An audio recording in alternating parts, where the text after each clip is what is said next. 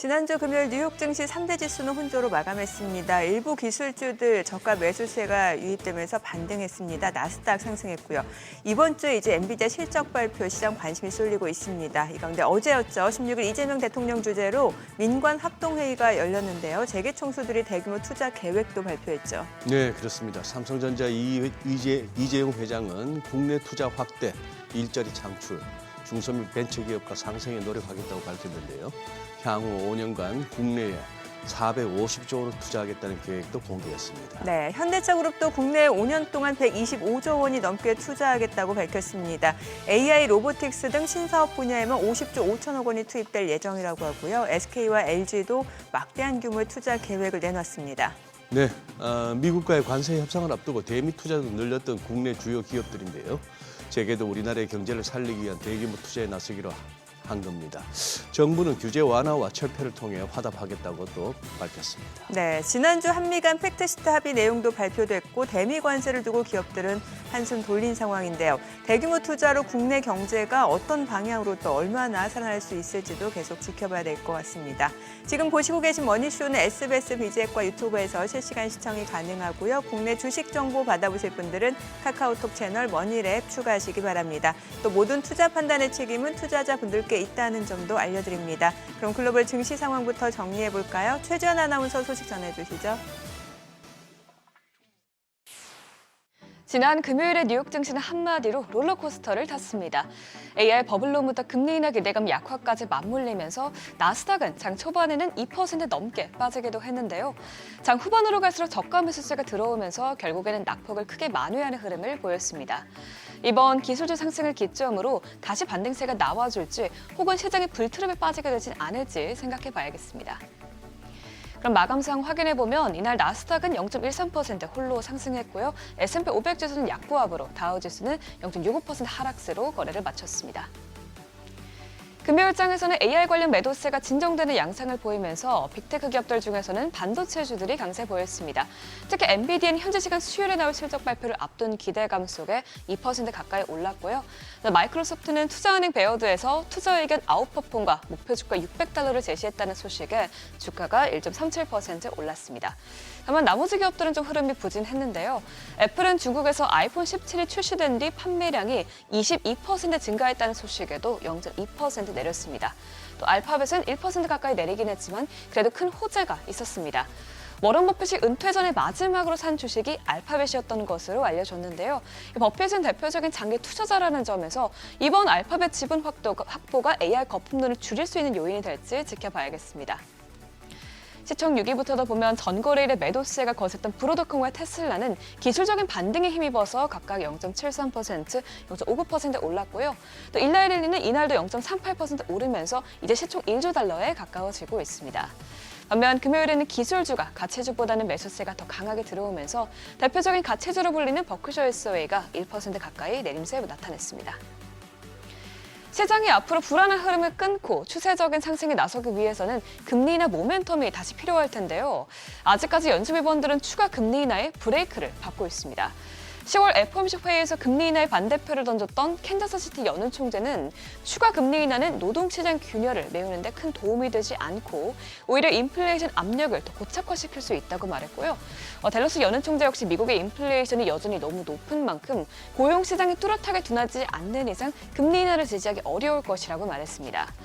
다만 전문가들은 연준위원들의 신중한 어조에도 불구하고 시장 심리는 궁극적으로 데이터에 따라 달라질 것이라고 보고 있는데요. 그런 만큼 앞으로 나오게 될 경제 지표들에 더 촉각을 곤두세워야겠습니다. 연준 내에서 금리 인하에 반대하는 기류가 커지면서 국채 금리는 상승폭을 키우고 있습니다. 또 셧다운이 해제되면서 안전자산에 몰렸던 자금이 빠진 것도 이 흐름에 일조하고 있는데요. 지난주에 10년물 금리는 전주 대비 5.1베이시스포인트 오르면서 3주 연속으로 상승했고요. 2년물 금리 역시 4.6베이시스포인트 올랐습니다.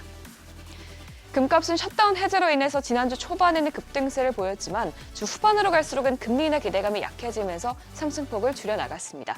이런 가운데 국제유가는 지난주에 공급 과잉에 대한 지적이 제기됐지만 지정학적인 갈등으로 다시 주 후반에 급등세를 보이면서 한 주 기준으로는 상승세 나타냈습니다. WTI와 브렌트는 각각 0.57%, 1.19% 상승세 나타냈습니다. 비트코인은 자금 유출이 이어지면서 이제 9만 5천 달러 밑까지 떨어졌습니다. 한 달 새 비트코인 가격은 20% 넘게 빠지면서 이제 공식적인 약세장에 진입했는데요. 현재 업비트에서 원화로는 1억 3,900만 원대에서 거래되고 있습니다. 그럼 마지막으로 이번 주 주요 일정도 살펴보겠습니다. 이번 주에 투자자들은 전부 엔비디아 실적 발표에 집중할 것으로 보입니다. AI 버블 논란이 커지고 있는 상황에서 엔비디아 실적이 기대치에 미치지 못할 경우 시장이 입을 타격이 매우 클 수밖에 없기 때문에 이번 실적은 증시에 매우 중요한 분수령입니다. 그래도 아직까지 애널리스트들은 이번에도 엔비디아가 깜짝 실적을 공개할 것이라고 보고 있는데요. 월가에서는 엔비디아의 3분기 매출이 전년 대비 55에서 56%가량 증가한 546억에서 548억 달러에 이르렀을 것으로 추산하고 있습니다. 또 기업 실적 중에서는 월마트와 타겟과 같은 대형 유통업체 실적 발표도 주목해 봐야겠습니다. 두 기업 모두 미국 소비의 건강도를 평가하는 데 중요한 지표이기 때문에 전반적인 경제 펀더멘털에 대해서 확인해 볼 수 있겠습니다. 네, 이런 가운데 투자자들이 주목하는 게 있죠. 그동안 셧다운으로 나오지 못했던 9월 고용보고서입니다. 현재 시간 20일에 보고서가 나오게 될 텐데요. 월가에서는 비농업 고용이 4만 5천 개 증가하고 실업률은 4.3%를 유지했을 것으로 보고 있습니다. 이는 12월 FOMC의 금리 향방을 결정하는데 매우 큰 영향을 끼칠 것으로 예상되기 때문에 눈여겨봐야겠습니다. 지금까지 굿모닝 마켓이었습니다.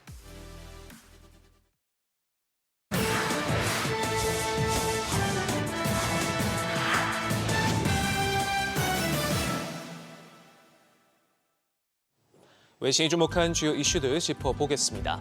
테슬라가 슬며시 중국과 거리를 두고 나섰습니다.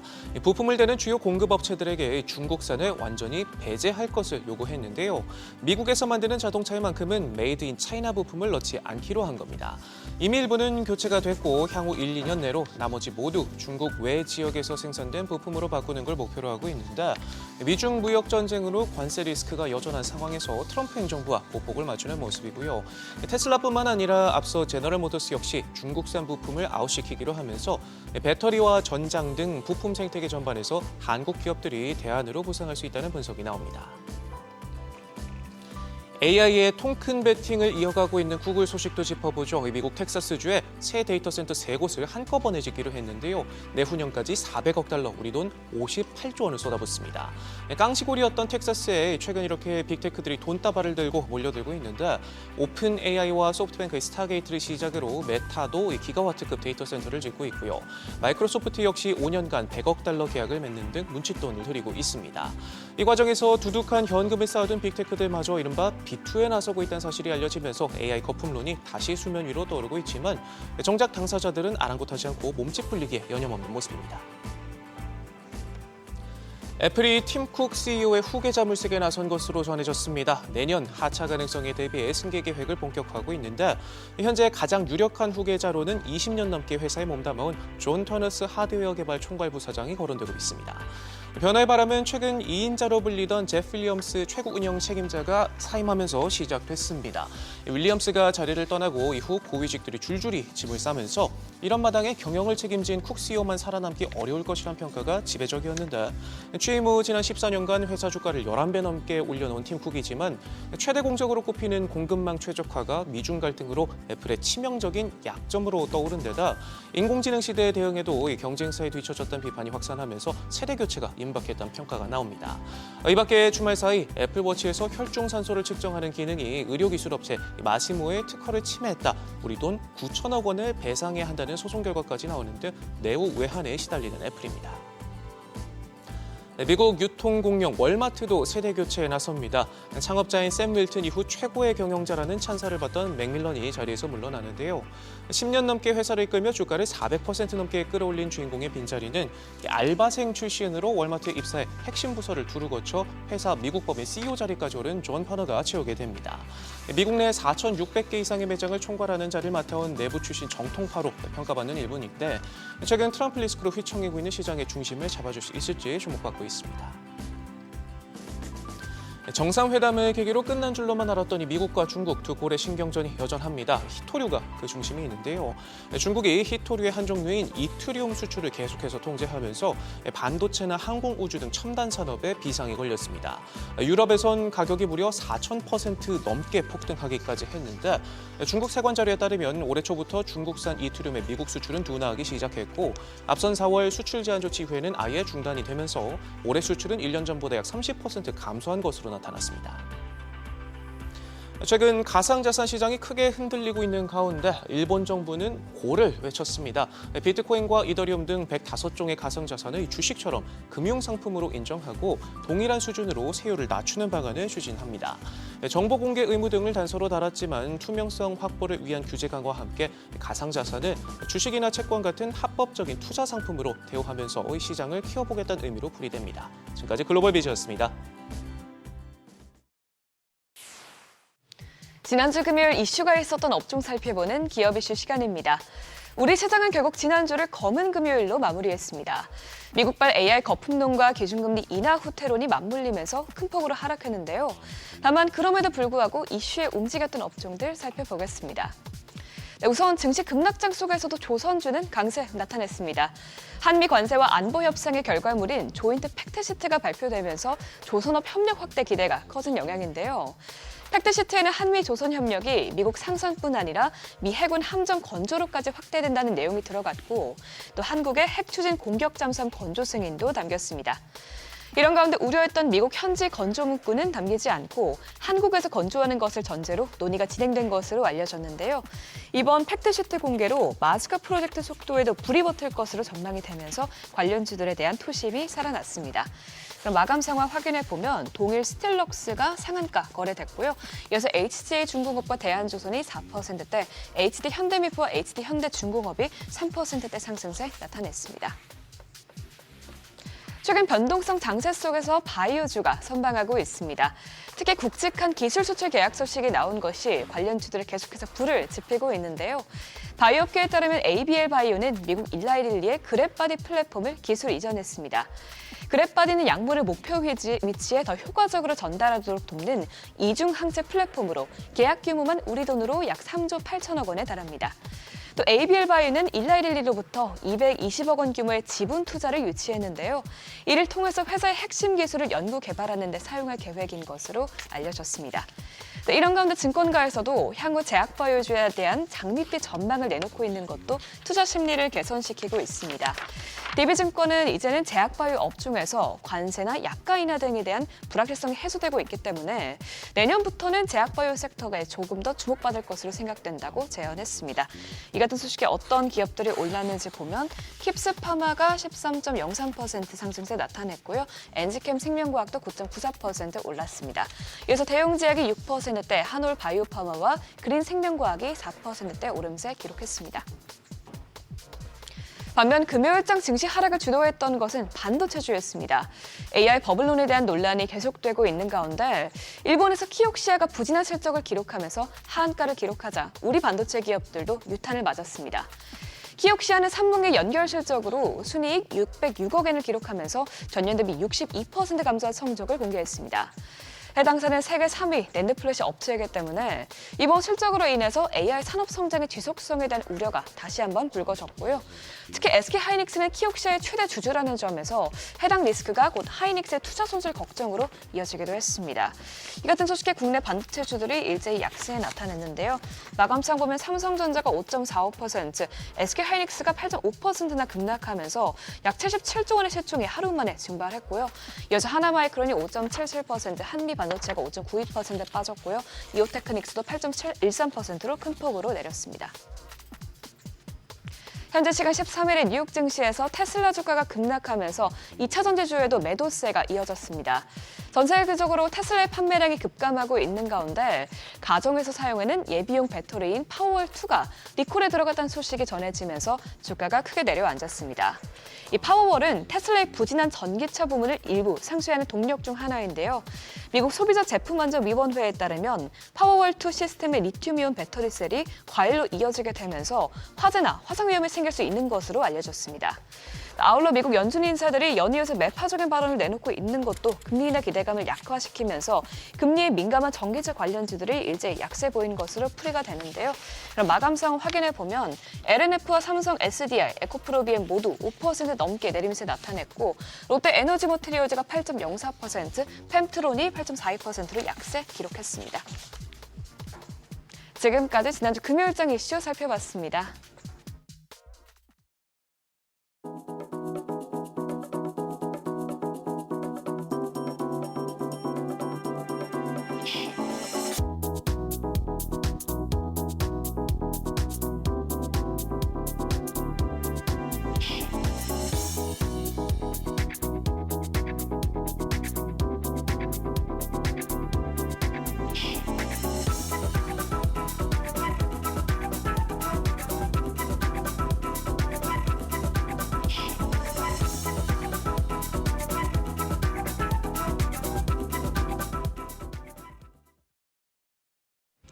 금요일마다 바람 잘 날이 없습니다. 환율은 불안하고 잊을만 하면 떠오르는 AI 거품론, 그리고 미 연준의 금리 인하 기대 약화라는 3중 악재에 휘말리면서 코스피 하루 만에 159포인트나 급락했습니다.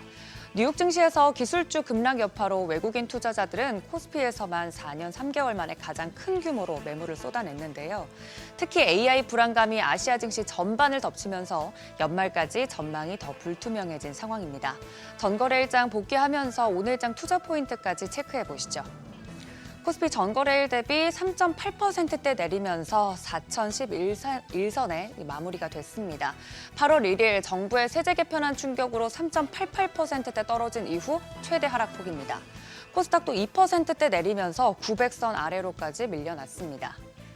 특히 반도체 관련주들을 대거 매도한 주체는 외국인 투자자였는데요. 외국인은 유가증권 시장에서만 2조 3,600억 원어치 팔아치우면서 올 들어 최대 순매도를 기록했습니다. 최대 순매도 기록했고 기관 역시 함께 팔아내는 모습이었습니다.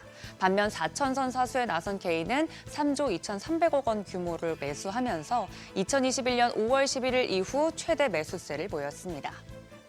코스닥에서도 개인만 순매수하고 외국인과 기관은 각각 3,194억 원, 295억 원 팔았습니다. 코스피 시총 상위 종목 살펴보시면 반도체를 비롯해서 원전, 지주, 전력설비, 2차 전지, IT 등 전 업종이 약세를 면치 못했습니다. 특히 SK 하이닉스의 경우 8.5% 급락하면서 지난 7월 이후 최대 낙폭 기록했습니다. 당시에는 골드만삭스가 투자 의견을 매수해서 중립으로 낮춘 영향이 컸는데 이번 급락은 글로벌 기술주 전반의 동반 조정 속에서 하락세를 보였습니다. 보시는 것처럼 SK 하이닉스 60만 닉스가 깨졌고요. 삼성전자도 5% 넘게 내리면서 다시 9만 전자로 내려앉았습니다. AI 거품론이 제기되는 상황 속에서 세계 3위 낸드 플래시 업체 키옥시아의 어닝 쇼크로 반도체 업황 우려마저 또 불거졌기 때문입니다. 이외에도 LG 에너지 솔루션 4%대, 두산 에너빌리티도 5%대 하락하는 등 국내 대형주들 전반적으로 부진했고요. 시총 상위 10개 기업 중에서는 유일하게 빨간불 켜낸 곳, 이 10개 기업 중에서 핵 잠수함 호재로 HD 현대중공업이 유일하게 상승했습니다. 이어서 코스닥 시총 상위 종목들도 살펴보시죠. 하락장 속에서 제약 바이오주들은 상승해줬습니다. 대표적으로 알테오젠이 0.91%, 또 급등세 이어지던 ABL 바이오도 보시는 것처럼 6%대 상승세 이어갔습니다.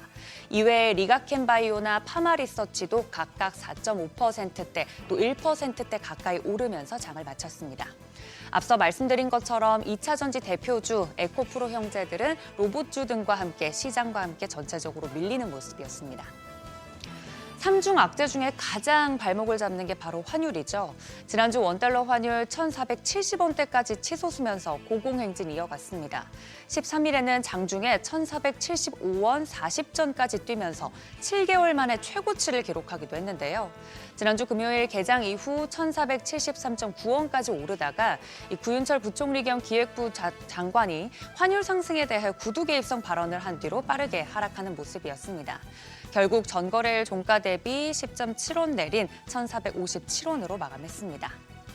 이후 야간 거래에서도 진정세가 이어졌는데요. 1,454원 10전에 마감을 했습니다. 전문가들은 환율이 1,400원대 중후반 박스권에서 등락을 지속할 것으로 전망하고 있는데 외국인 투자자가 주식을 대거 팔아치운 영향이 크겠죠. 오늘 장에서도 외국인 수급과 함께 외환시장 출발 흐름 반드시 체크하셔야겠습니다. 이 주식뿐만 아니라 채권과 원화도 일제히 불안한 흐름 이어가고 있는데 이번 주는 굵직한 글로벌 이벤트도 대기하고 있어서 더 신경이 쓰입니다. 특히 바쁜 20일 공개되는 FOMC 회의록 내용에 시장에 관심이 쏠리고 있습니다. 다음 달 정책금리 결정 회의를 앞두고 미 연준 내부에서는 금리 인하를 둘러싸고 갈등 정황이 포착되고 있죠. 특히 역대 최장기간 이어졌던 셧다운 사태로 주요 데이터 없이 정책 결정이 이뤄질 수 있는 상황이라 연준 위원들의 생각과 판단이 더 중요해질 전망입니다. 또 최근에 AI 거품론 논란 속에서 고점 대비 조정을 받았던 엔비디아 실적 발표 매우 중요하겠습니다. 특히 이번 실적 시즌에서 빅테크 기업의 실적이 양호했다는 점을 고려하면 시장의 관심은 실적 서프라이즈 자체보다는 마진 개선과 매출 성장률에 더 집중할 것으로 보입니다. 주말 사이 뉴욕 증시에서는 AI 거품론과 저가 매수세가 팽팽하게 맞서는 모습이었는데 국내 증시에서도 이번 하락을 개인 투자자들은 조정으로 생각하면서 매수 기회로 삼았었죠. 테슬라나 엔비디아 등은 오른 가운데 오늘 반도체주 출발 분위기 살펴보셔야겠고요. 또 찬바람 불 때는 배당주라는 말처럼 배당 매력으로 시장의 주목을 받았던 지주사들 실적 발표 이어집니다. 하락장의 피난처가 되어줄지도 살펴보시죠. 또 마지막으로 지난 한 주 동안 K바이오 ETF가 수익률 상위권을 휩쓸었는데 제약바이오주들의 약진이 이번 주에도 이어지는지는 체크하셔야겠습니다. 그럼 프리마켓 통해서 개장 분위기 가늠해 보도록 하겠습니다. 지난주 금요일 애프터마켓에서는 제약바이오주들이 어느 정도 선방하는 모습 보였는데 지금 프리마켓 상황은 어떤지 살펴보시죠. 다행히 삼성전자와 SK하이닉스 등 반도체주들은 반등 흐름 보이고 있습니다.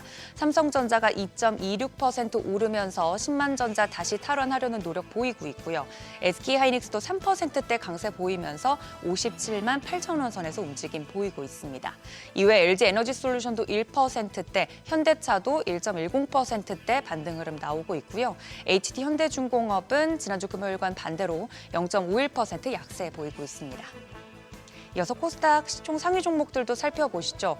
역시나 알테오젠 0.54% 오르면서 움직임 보이고 있고 2차 전지주들도 어느 정도 반등 흐름 나오고 있는 모습입니다. 에코프로비엠이 1.39%, 레인보우 로보틱스도 2.5%대 오르면서 상승 시도하고 있고 펩트론도 0.32% 오르면서 31만 원 선에서 움직임 보이고 있습니다. 마지막으로 HLB까지 0.9%대 강세 보이고 있습니다. 네, 오늘 장 어떻게 출발할지 장 초반의 분위기가 굉장히 중요하겠습니다. 뉴욕 증시 흐름과 더불어서 주말 사이 있었던 글로벌 이슈까지 포함해 이번 주 굵직한 이벤트들 어떻게 소화하는지 이번 주 출발 흐름 살펴보시죠. 지금까지 어제장 오늘장이었습니다.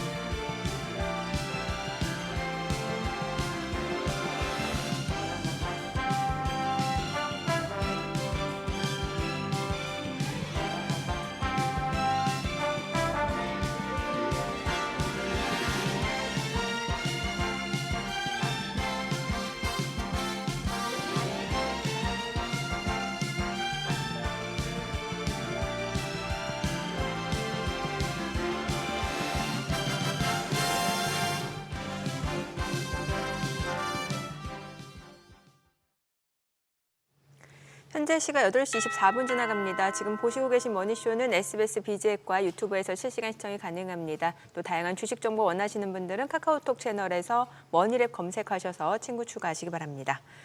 지난주 금요일 이제 뉴욕 증시 보니까 사실 이제 나스닥만 놓고 봤을 때는 시작할 때 좀 많이 떨어지면서 출발을 했는데 빠르게 또 매수세가 유입되면서 상승하다가 또 종가 기준으로 보니까 상승폭이 또 반납된 모습이고 뭔가 지금 시장에 대해서는 약간의 경계 심리도 있는 것 같고 아무래도 미 연준 12월 금리나 기대감이 낮아진 것도 여기에 또 한몫하는 게 아닐까라는 생각도 드네요. 네, 네. 그렇습니다. 뭐 이렇게 또 기술적으로 이렇게 접근해 보면은 지금 뭐 또 팽팽하게 네. 황소와 곰 사이에 이제 뭐 공방이 펼쳐지는데 흔히 말하는 뭐 21선은 깨졌는데 61선에서 받쳐지고 있고 혹시나 싶어서 또 51선으로 이렇게 전환해 보니까 미국 장에서는 아직까지 51선을 갖다가 깨고 내려가기는 좀 아쉽다 네. 하는 그런 모습도 보이고 우리 야간 선물에서도 많이 올랐는데 지금 프리장에서도 우리 오늘 굉장히 강하잖아요. 혹시나 싶어서 한번 체크해 보니까 네. 와 10월이 전부 이제 월요일입니다. 10월 27일 날 월요일 날 우리 2.57% 올랐고 지수가 코스피가 네. 11월 3일 날 2.78% 그리고 지난주 월요일 날 11월 10일 날 3.02% 올랐고 월요일은 불편해요. 우리 국내 증시가. 국내 증시가. 지금 예. 일단은 최근 한 달 동안 월요일만 놓고 봤을 때는 최근 연속 3주 뭐 그런 상황이고. 그러니까 오늘 월요일도 기대해 볼 오늘까지 해보면은 법하다. 시작은 어, 금요일 날 많이 빠질 때 네. 그냥 사야 되나 무조건 싶은 생각도 들고. 아니 최근에 뉴욕 증시도 월화수 괜찮고 월화수 괜찮고. 네, 주 후반 목금 가면은 예. 좀 매물 나오고 예. 이런 양상이었거든요. 그렇죠. 예. 예. 우리 오프닝에서도 또 뭐 소개는 해드렸습니다만 우리 국내 기업들 미국에 갖다 줘야 될 돈도 많은데 참 돈이 많긴 많은 건지 우리 기업들 진짜 응원해야 됩니다. 네. 먹여 살리느라고 국민들 먹여 살리느라고 고생하는데요. 예. 정부가 이에 또 화답하는 모습을 보여줘야죠. 네, 그래야죠. 네. 네, 오늘 함께해 주실 분 소개하겠습니다. 레그넘 투자자문의 이충광 대표님 함께합니다. 어서 오세요. 네, 어서 오십시오. 안녕하십니까? 네. 저기 우리 미국장 하시는 우리 이 대표님, 뭐 최근에는 기체 일하고 만강하십니까? 변동성은 상당히 큰데. 네. 네. 저희도 요번에 조금 아웃퍼폼 폭이 네. 조금 조금 줄어들었습니다. 줄어들었어요. 네. 근데에도 불구하고 저는 뭐 연말 랠리는 충분히 있을 거라고 보고 있고요. 포지션 변경은 안 하고 있습니다. 네. 포지션 변경은 안 하고 있다. 네. 그리고 12월 금리 인하는 크게 원래 가능성이 낮다라고 말씀을 주셨고 국내 증시에 대해서는 뷰가 또 우호적으로 좀 바뀌셨고 네. 네, 그건 여전한 거고. 네. 요즘 뉴욕 증시 업종별 흐름 봤을 때는 어때요? 지금 보면은 시장 참여자들이 시장을 떠나는 건 아니고 뉴욕 증시도 순환매가 굉장히 빠르게 일어나는 네, 모습이거든요. 굉장히 좋은 지적 해주셨습니다. 예. 최근 한 1, 2주, 그러니까 그러니까 아까 주별로 보면 네. 월화수는 좀 올랐다가 예. 목금요일 날 빠지면 맞아요. 또 다시 예. 매수세 들어오고 하루만 봐도 보면 살짝 빠지면 오후에 또 네. 매수세 들어오고 이런 네. 패턴이란 말이죠. 네. 그러면서 업종별로 보면은 그동안에 쭉 리드를 했던 네. 뭐 테크주를 포함해서 리드를 했던 주가 조금 빠지면서 지금 대표적으로 필수 수업이라든가 에너지라든가 헬스케어 이런 쪽으로 자금이 이게 순환매가 되고 있다는 측면에서 보면은 뭐 대세 하락이라든가 이게 최근에 이제 마이클 버리부터 시작해서 한 소수 그 월가의 재담꾼들이 한 100이면 한 1-20% 정도가 지금 뭐 감가상각을 뭐 GPU가 뭐 원래 짧은 건데 너무 길게 하고 이익을 과대포장했다든가 뭐 이런 어떤 비관론에도 불구하고 나머지 한 7-80% 정도는 아직 긍정론을 갖고 있는데 그런 것들을 좀 무색하게 하는 장의 흐름이 좀 흘러가고 있는 것 같고요. 큰 그림으로 보면 제가 지난주에도 말씀드렸지만 그 소파 금리가 예. 이길물 하루째 오버나잇 금리지 않습니까? 예. 금융기관들이 자금을 계속 땡기는 10월 31일 현재 소파 금리 스프레드가 47bp까지 벌어졌었거든요. 0.47%까지. 그런데 11월 그러니까 지난주 목요일 현재 0.23%까지 확 줄어들었습니다. 아, 예. 그러니까 그런 거 보면은 단기 자금 경색 때문에 우리가 다시 말씀드리지만 뭐 그 경제 상황, 무슨 기업 실적, 뭐 정책 이런 거 아무리 얘기해도 그걸 기반으로 해서 자산을 살려고 하는 유동성이 풍부해지면 주식은 오르는 것이고 다 그런 움직임 아니겠습니까? 예, 예. 그러니까 단기 움직임이 지금 조금 말라붙어 있었던 상황. 그게 그 원인이 이제 7월 이후에 OBBA 그 부채한도 상향 조정하면서 예, 지금 보시는 상향 조정하면서 이제까지 한 3개월 반 정도 이 시중의 유동성이 계속 줄어들고 있습니다. 7월달 현재 그 TGA 늘 강조드리는 재무부 일반 계정이 3천억까지 줄어들었다가 10월 말 기준으로 1조 달러까지 늘어났다는 측면에서 이게 7천억 달러가 늘어난 거예요. 그 돈이 시중에서 빨려 들어갔다는 얘기입니다. 그렇죠. 네. 거의 1경 가까운 돈이 말라 붙어 네. 있었다는 얘기거든요. 이런 것들이 다 영향을 미치지 않나 싶습니다. 근데 문제는 지난주에 잘 아시는 대로 이제 셧다운 합의했고 그렇죠. 이번 주부터 그 본격적인 자금 지출을 언제 할지는 모르겠습니다. 이번 주부터 연방 공무원들 급여부터 지출한다고 네. 하거든요. 그러면 저는 그래서 모두에 제가 연말 랠리 가능성 충분히 있다고 본다는 거 말씀드렸던 것이 이런 움직임 때문에 말씀드렸고 또 하나는 그 트럼프가 지난주에 뭐 커피, 바나나 뭐 이런 몇 개 소고기 등등 이거에 네네. 대해서 관세 취소했지 않습니까? 네네. 거의 뭐 전체적으로 품목 다 따지면 한 수백 개 되더라고요. 그래서 일단 뭐 뉴스에서는 이제 중요한 것만 딸딱 네. 꼽았지만. 네. 그러니까 기본적인 친시장의 스탠스는 여전하다. 이걸 뭐 탁구라고 약간 우리가 비아냥할 수도 있겠지만 탁구 맞죠, 뭐.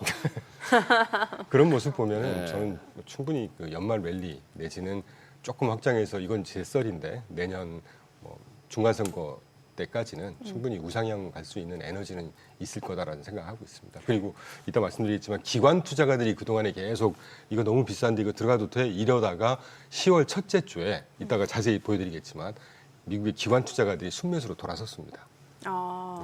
굉장히 중요한 시그널이라고 저는 보고 있죠. 네. 그리고 약간 시장에서는 기대하는 부분이 이런 것도 있는 것 같아요. 지금 연준이 어떠한 이제 데이터가 없다 보니까 이제 금리 결정이 쉽지 않다라는 사실은 인정하지만 만약에 시장이 부러지게 되면 결국 연준은 그때 또 다시 뭔가 좀 완화 정책을 취할 수밖에 없을 거다라는 기대 심리도 있는 것 같거든요. 아, 그러겠죠. 예. 뭐 특히나 예를 이제 들면 내년 5월이면 또 이제 약간 역설인데 제가 최근 한 2개월, 1개월이 힘들었던 게 예. 아시겠지만 저는 이제 그 데이터라든가 이런 것들을 보고 이제 미루어 짐작하고 네. 방향성을 잡고 하는 건데 최근에 이게 거시 지표들이 깜깜이다 보니까 그렇죠. 저도 상당히 헷갈리거든요. 예. 근데 지난주에 보니까 이제 연방정부 셧다운에 맞춰서 골드만삭스라든가 여러 회사들이 특히 이제 노동시장 이런 것들을 좀 발표하는 걸 보니까 사실은 제가 지금 가장 좀 헷갈리는 부분이 네. 물가하고 노동시장이 어떻게 될 건지가 되게 헷갈립니다. 네. 그런데 물가는 당분간 우려할 만한 그림은 아니라는 게 이제 좀 유추가 되고 아까 뭐 관세 다시 없었던 걸로 하는 네. 거라든가 유가가 지금 60불에서 올라가고 있질 않잖아요. 그런 거라든가. 근데 이제 노동시장이 좀 걱정이었는데 지난주 골드만삭스가 주간 실업성 청구 건수 및 그 유추를 하는 걸 보니까 이게 거기서 뭐 어떤 시뮬레이션에서 뽑은 게 아니고요. 연방 정부 공무원들만 지금 멈춰 있는 거지. 그렇죠. 지방 정부 각 공무원들 주별로는 추가한단 다 말이죠. 지금 네. 이미 집계된 그걸 다 거잖아요. 집계를 해보니까 주간 실업성 청구 건수가 22만 8천 개라는 거예요. 20만에서 23만 사이입니다. 평균 수준이라는 예, 거죠. 예. 그거만 미루어 짐작해봐도 노동시장도 큰 문제 없다. 그러니까 그렇기 때문에 최근에 페드 이제 금리 인하 가능성이 확 줄어드는 거거든요. 예, 오히려. 그래야 맞는 것이죠. 예. 펀더멘털이 탄탄한데 굳이 금리 인하시켜서 최근에 이제 그 여러 뭐 제가 표로 갖고 왔긴 했습니다만 연방준비은행 총재분들이라든가 연방 페드 이사회 이분들이 일색으로 지금 몇 분 빼놓고는 다 매파적인 발언을 하고 있단 말이죠. 네. 근데 센티멘탈하게는 이 매파적인 발언이 부정적이라고 생각하실 수는 있겠지만 직접적으로 근데 이분들이 이렇게 금리 인하할 필요가 없다고 하는 거는 펀더멘털이 그만큼 나쁘지 않다는 얘기거든요. 뭐 그렇게 좀 저는 해석을 하고 있는 입장입니다. 네. 그리고 앞서서 간단하게 말씀 주신 그 AI 칩이라든지 서버에 대한 감가상각 이슈, 이것도 좀 자세히 좀 짚어볼 필요가 있는 게 최근에 AI 그러니까 뭔가 좀 엔비디아라든지 팔란티어테크 아니면 뭐 오라클을 필두로 해서 이런 좀 이쪽 이렇게 뭔가 캐펙스에 대해서 좀 우려가 있는 쪽들이 좀 떨어지면 이거 AI 거품 아니냐 이런 얘기 많았잖아요. 예. 저는 여러 말이 많죠. 예. 뭐. 근데 두 가지만 말씀드리고 싶은 게 그 2020년도에 처음 출시됐던 엔비디아 A100 기억나시죠? 네, A100, 엠페어인가 발음이 좀 애매한데 엠페어 기반의 A100 AI 칩입니다. 그거하고 2015년도에 네. 출시는 2016년도 됐지만 구글에서 TPU, 네. 구글의 GPU죠. 네. TPU가 2015년도부터 실제 사용을 했었거든요. 네. 그게 지금 최근에 완판이 되고 있다고 합니다. 그러니까 2015년도에 처음 출시됐던 지금 이미 몇 년 지났습니까 이게. 예. 그러면 이 10년 지난 TPU도 지금 완판되고 있을 정도로 시장에서의 AI 칩에 대한 수요가 굉장히 강하다는 거죠. 그리고 또 하나는 우리가 자동차 그 경제 연수하고 이제 회계상 연수지 않습니까? 지금 감가상각을 너무 스트레치를 해서 이익을 과대 계상하고 있다. 그건 제가 볼 때 마이클 버리 얘기고요. 마이클 그래요? 버리가 그 최근에 엔비디아하고 어디죠? 팔란티아. 팔란티아에다가 네. 이제 뭐숏 쳐놨다는 네, 건데 네. 그 가장 많이 숏 쳐놓은 그 OTM 기간을 보니까 2017년도 1월 정도 물에다가 때려놨다는 거죠. 27년. 27년. 네, 네. 그럼 이걸 미루어 짐작해 보면 2017년 1월 전까지는 큰 문제 없다고 보는 27년. 겁니다. 27년이에요. 2027년이니까. 네. 그러니까 그 정도 말씀드리고 싶고 예. 지금 뭐 7년, 5년 된 그 A100이라든가 10년 된 TPU가 완판이 되고 있다고 하는데 그 지금 그렇게 그러니까 저는 이게 섣부른 걱정이면서도 건강한 걱정인 것 같아요. 사실 그동안의 가격이 굉장히 공격적으로 막 상승했었지 네. 않습니까? 이걸 한번 좀 돌아보자. 이 광분을 좀 시키면서 돌아보자 하는 측면에서 보면 조금 긴 관점에서 보면 좀 어떤 뭐 건강한 긍정적인 눈높이 조절이 아닌가 하는 생각 정도 하고 있습니다. 어떻게 보면은 지금 이제 쉼없이 올라오던 시장에서 뭐 연준 인사들의 매파적인 발언이 계속 이어지다 보니까 이제 조금 이렇게 시장을 좀 식히고 있는 그런 양상이지만 만약에 이제 뭐 2달이나 늦게 발표되는 겁니다만 이달 중에 발표되는 9월 고용 지표가 아닌 게 아니라 트럼프 행정부 측에서 계속 주장하듯이 바이든 이사가 주장하듯이 고용이 급격히 둔화되는 양상을 보인다든지 그리고 이제 목요일 날이죠. 목요일입니까 수요일입니까? 엔비디아가 우리나라 그렇죠. 시간으로 목요일이고 우리는 현지 목요일, 시간으로 수요일 미국 이렇게 시간으로 가겠습니다. 수요일 장마감 19일이니까요. 이후에 우리 황 사장 이번에 큰 역할 해야 돼요. 잘해야 됩니다. 시장 기대치는 굉장히 높아져 있는데 맞아요. 매출이나 주당 순이익 같은데 거기에 맞추는 것 플러스 그다음에 가이던스까지 해서 하기야 뭐 별 걱정 없는 게 좀 안 좋다 치더라도 예를 들어 뭐 엔비디아 뭐 한 3-4% 빠지고 지수도 뭐 한 1-2% 빠진다 하면은 또 득달같이 들어올. 저가 매수세가 뭐 전 세계적으로 드글드글한 것 같은데. 그리고 엔비디아 실적은 우리가 뭐 뚜껑을 열어봐야 알겠지만 네.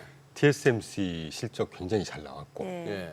뭐 심지어 오라클도 실적 좋았고 죄송합니다. 갑자기 생각이 안 나는데 지난주에 되게 시스코 시스템스 예. 그러니까 실적 굉장히 잘 나왔잖아요. 네, 물론 예. 시장의 심리가 막 흔들리다 보니까 시스코 시스템스가 주가가 79.25달러까지 갔었던 것 네. 같습니다. 그 2000년 닷컴 그게 버블 당시에 2000년 닷컴 버블 뿌려지기 전에 25년 지나서 지금 80불 그 가까이 레벨입니다. 예. 그거를 지금 그거를 비교해가지고 2000년 당시에 80불 넘었는데 80불 가까이 갔으니까 이게 진짜 거품도 아니야.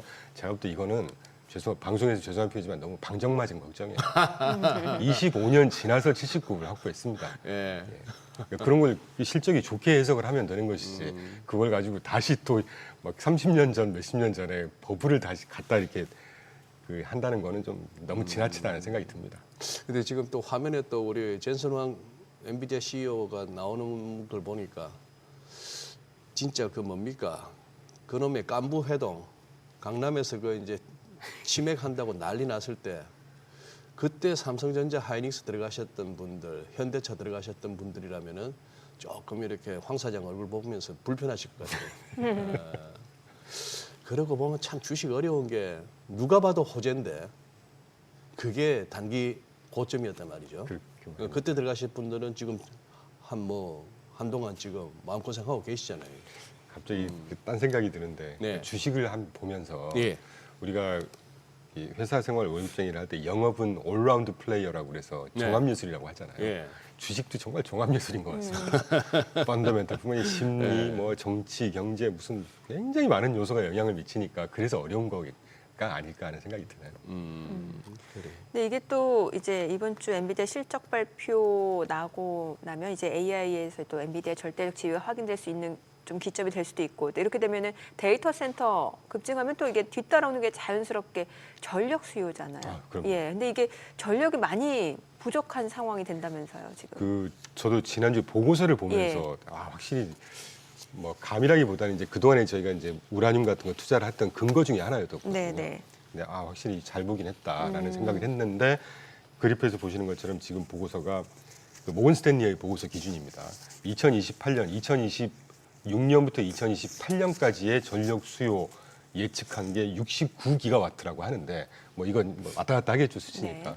근데 지금 현재 건설하고 있는 게 10기가와트 정도 용량의 발전소를 건설하고 있다고 합니다. 그런데 그리고 10기가와트 외에 지금 현재 그리드 커패시티가 네. 그러니까 조달할 수 있는 게 한 15기가와트라고 하거든요. 이걸 포함을 해도 44기가와트만큼 전력이 부족할 거다. 지금 데이터 센터의 이 수요를 네. 합쳐 보면 그러면 이 결국은 그러니까 사실은 데이터 센터가 보고 결국은 다 에너지 문제잖아요 지금. 그렇죠. 뭐 ESG 컨셉이건 뭐건 다 에너지 전력 문제입니다. 네. 기본 에너지가 다 전력이기 때문에 그럼 이 전력을 뭐로 조달을 할 거냐는 거죠. 그래서 최근에 조정을 하면서 저희가 지금 아웃퍼폼이 조금 줄어든 게 이제 올 들어서 이 우라늄 섹터가 굉장히 아웃퍼폼을 많이 해주면서 견인을 했었는데 최근 2, 3주 정도 이 우라늄이 조금 흔들흔들 했었거든요. 그러니까 원전 수요가 늘어날 수밖에 없다 저는 이렇게 보시는 완전 거죠. 그렇다고 생각하고 있습니다. 신재생도 마찬가지로 보시는 거고. 사실 저희는 예. 사실은 신재생 쪽 청정, 뭐 태양력, 네네. 수력, 풍력 이런 쪽에 조금 긍정적이진 않기 때문에 그 중에 단연 최고가 원자력이라고 원전. 생각하고 있거든요. 태양력이나 이런 것들도 분명히 미국 같으면 워낙 이 뭐 환경 자체가 네. 우리나라하고는 다르게 패널이라든가 이런 대규모 패널 이런 데 최적화되어 있기 때문에 최근에 가격도 많이 떴거든요. 아마 그쪽도 최근 2, 3주 좀 조정은 받았을 겁니다. 근데 전력 인프라 쪽, 배송 이런 쪽이 저는 결국은 그러니까 왜 제 처음 출연 당시에 그런 표현 한번 들었던 기억이 나는데 금 캐러 갔을 때 네. 금광 캐러 가는 분들한테 청바지 파는 분들이 실제로 돈 벌었더라. 그렇죠. 네. 약간 그런 느낌 아닌가 하는 생각이 듭니다. 그런데 방금 말씀하신 저 전력 부족 저거는 좀 생각보다는 심각한가 보던데 이래저렇게 발표되는 AI 뭐 데이터 센터 어떤 건설 계획이나 투자 계획은 어마무시한데 문제는 이게 전력이 공급돼야 되는 거 아닙니까? 그러니까 이제 과잉 투자 아니냐. 최근에 뭐 감가상각 이익 과대 포장, 과잉 투자 이제 이런 문제들이 막 믹스가 되면서 최근에 시장을 좀 흔들렸었는데 글쎄요. 당장 아까 마이클 버리 뭐 예를 들면서 말씀드렸지만 저도 분명히 한 1, 2주 전에 그런 표현 드렸던 기억이 납니다. AI 인프라 초기 투자 한 5년, 4년에서 5년 보는데 보조적으로 지금 1년에서 한 2년 남았다. 그 기간 동안에는 뭐 너무 쉽게 표현 드린다기보다는 그냥 좀 즐겨도 되는 기간이 아닌가 하는 생각이 들어요. 그리고 이게 과잉 투자냐 실제 캐시아웃을 시키느냐 못 시키느냐는 지금으로부터 1에서 한 2년 정도 있다가 걱정을 네네. 해도 늦지 않은 시기다라는 생각하고 있습니다. 그리고 제 생각인 뿐만이 아니고 아까 마이클 버리 등등 그 시장에서의 그 저기 담론가들 한 네. 1, 20%가 지금 비관적이고 네. 나머지 거의 한 80% 정도가 아직 여전히 긍정적인 시각 갖고 있고 여담이지만 제가 어제도 데나이브스 기억나시죠? 네네 매드부시. 예. 데나이브스랑 제가 사실 가끔 이 온라인에서 연락을 이렇게 하세요? 네, 오. 사실은 그 여담입니다. 그 친구가 그 데일리 트레이딩 시스템 같은 거 막 이렇게 세일즈를 하는 모양이에요. 네. 예. 그래서 온라인에서 X에서 제가 이제 팔로우를 했더니 마파를 하고 저한테 헬로우 하면서 이렇게 그렇게 해서 시작을 했는데 네. 뭐 그 친구는 원래 테크 쪽에 거의 뭐 이렇게 그렇죠. 금융론자라서 그런지 예, 예. 모르겠지만 쓸데없는 걱정하지 말라고. 제가 어제 저녁에도 살짝 이렇게 서로 대화하다가 왔거든요. 아 어떤 대화하셨는지 궁금한데 그거 좀 뭔 보여주시지. 얘기하셨어요? 네. 다음에 어제는 그냥 너무 늦게 제가 오늘 새벽 방송 예, 예, 때문에 예.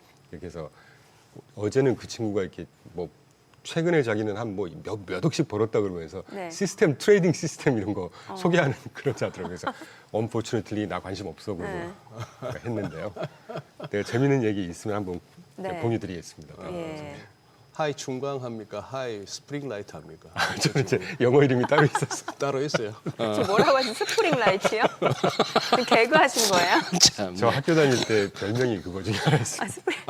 학교 다닐 때 봄빛. 봄빛. 그러니까 충광. 아 소장님 얼굴 빨개지셨어 순간적으로. 본인이 개그 하셔놓고. 아, 창피하네. 네. 예. 아니, 근데 앞서 조정장에서 기관 투자자들은 매수한다고 했잖아요. 그 네. 실제로 좀 자료로 좀 소개를 해주시면 제가 좋을 한번 것 같아요. 보여드리죠. 예. 이게 뱅크 오브 아메리카가 네네. 사실 뱅크 오브 아메리카는 은행이지 않습니까? 근데 그 되게 보수적이고 약간 부정적인 견해를 갖고 있죠. 근데 뱅크 오브 아메리카에서 집계한 보고서가 가장 먼저 지금 보시면 11월 3일부터 11월 7일 그러니까 첫째 주에 네. 기관 투자가가 그러니까 마이너스 본색이 최근 4주 평균이고 파랑색이 최근 일주일 평균이거든요. 네. 기관 투자가 매수 주체별로 인스티튜셔널 기관 투자가 그 개인 투자가 리테일, 헤지펀드 구분했을 때 인스티튜셔널 기관 투자가들이 보니까 최근 일주일 11월 3일부터 11월 7일까지 굉장히 많은 매수 포지션을 잡았잖아요. 네. 그러니까 최근에 기관 투자가들이 우리 한두 달 전만 해도 이건 너무 높아서 못 들어가겠어. 들어가도 돼? 그리고 개인 투자가들이 계속 지금 사고 있는데 그 옆에 그래프 같이 한번 보여주십시오. 네네. 이게 월별로 지금 쭉 보여드리는 건데 그 저 주황색이 개인 투자가들의 포지션이고요. 파랑색, 하늘색이 기관 투자가의 포지션인데 그동안에 연도별로 기관 투자가 다 마이너스였습니다. 그러다가 올 들어서 지금 처음으로 딱 플러스로 돌아선 거거든요. 물론 그 반면에 주황색 개인 투자가들은 계속해서 지금 이제 주식 포지션을 갖고 있었고 그러다가 10월 말 11월 초에 기관 투자가들이 이제 넷 매수 포지션으로 바꿨다는 거는 뭔가 우리가 좀 의미하는 바가 있지 않을까요? 산타렐리 온다는 거네요.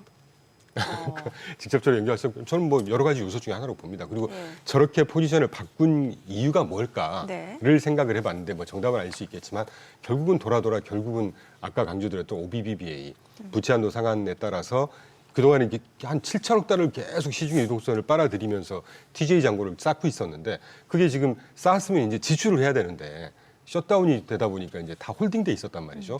근데 뭐 11월 초 지난주였죠. 셧다운 해제되고 그런 것들을 미리 좀 뭐 예측해서 미리 포지션을 잡기 시작한 게 아닌가 하는 느낌이 듭니다. 네.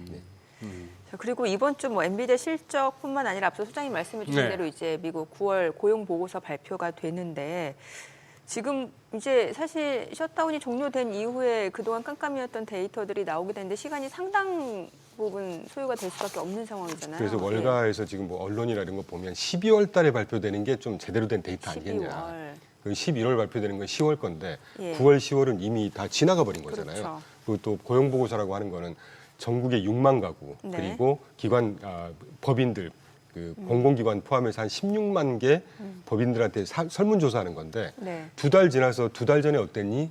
지난달 어땠니? 2달 이건 다 의미 없는 데이터란 그렇죠. 말이죠. 그래서 그래서 거기에 지금 대한 변동성은 일정이 조금 어느 정도 예정이 되어 있는 거예요, 지금? 지금 예.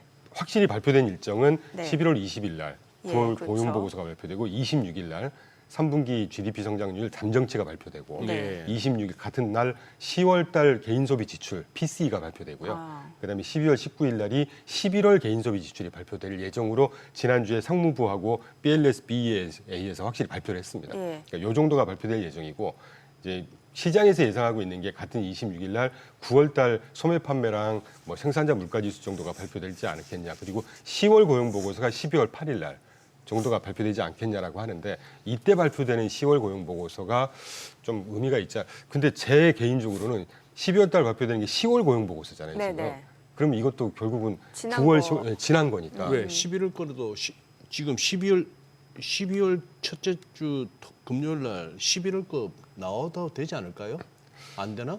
그것까지 이제 공무원들 돌아와서 이제 뭐 열심히 하고 뭐 하는 건데 거기까지 제가 지금 그런데 월가에서 예상하는데 예. 12월 8일 첫째 주에 발표되는 게 10월 고용 보고서를 예상을 하더라고요. 그래요. 네.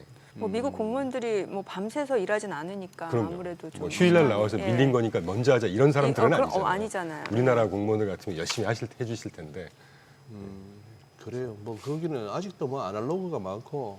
예. 오래 걸리니까. 옛날에 그 무슨 애니메이션이 있었잖아요. 그 나무늘보가 이렇게 무슨 도장 하나 찍어주면서도 이런. 주토피아.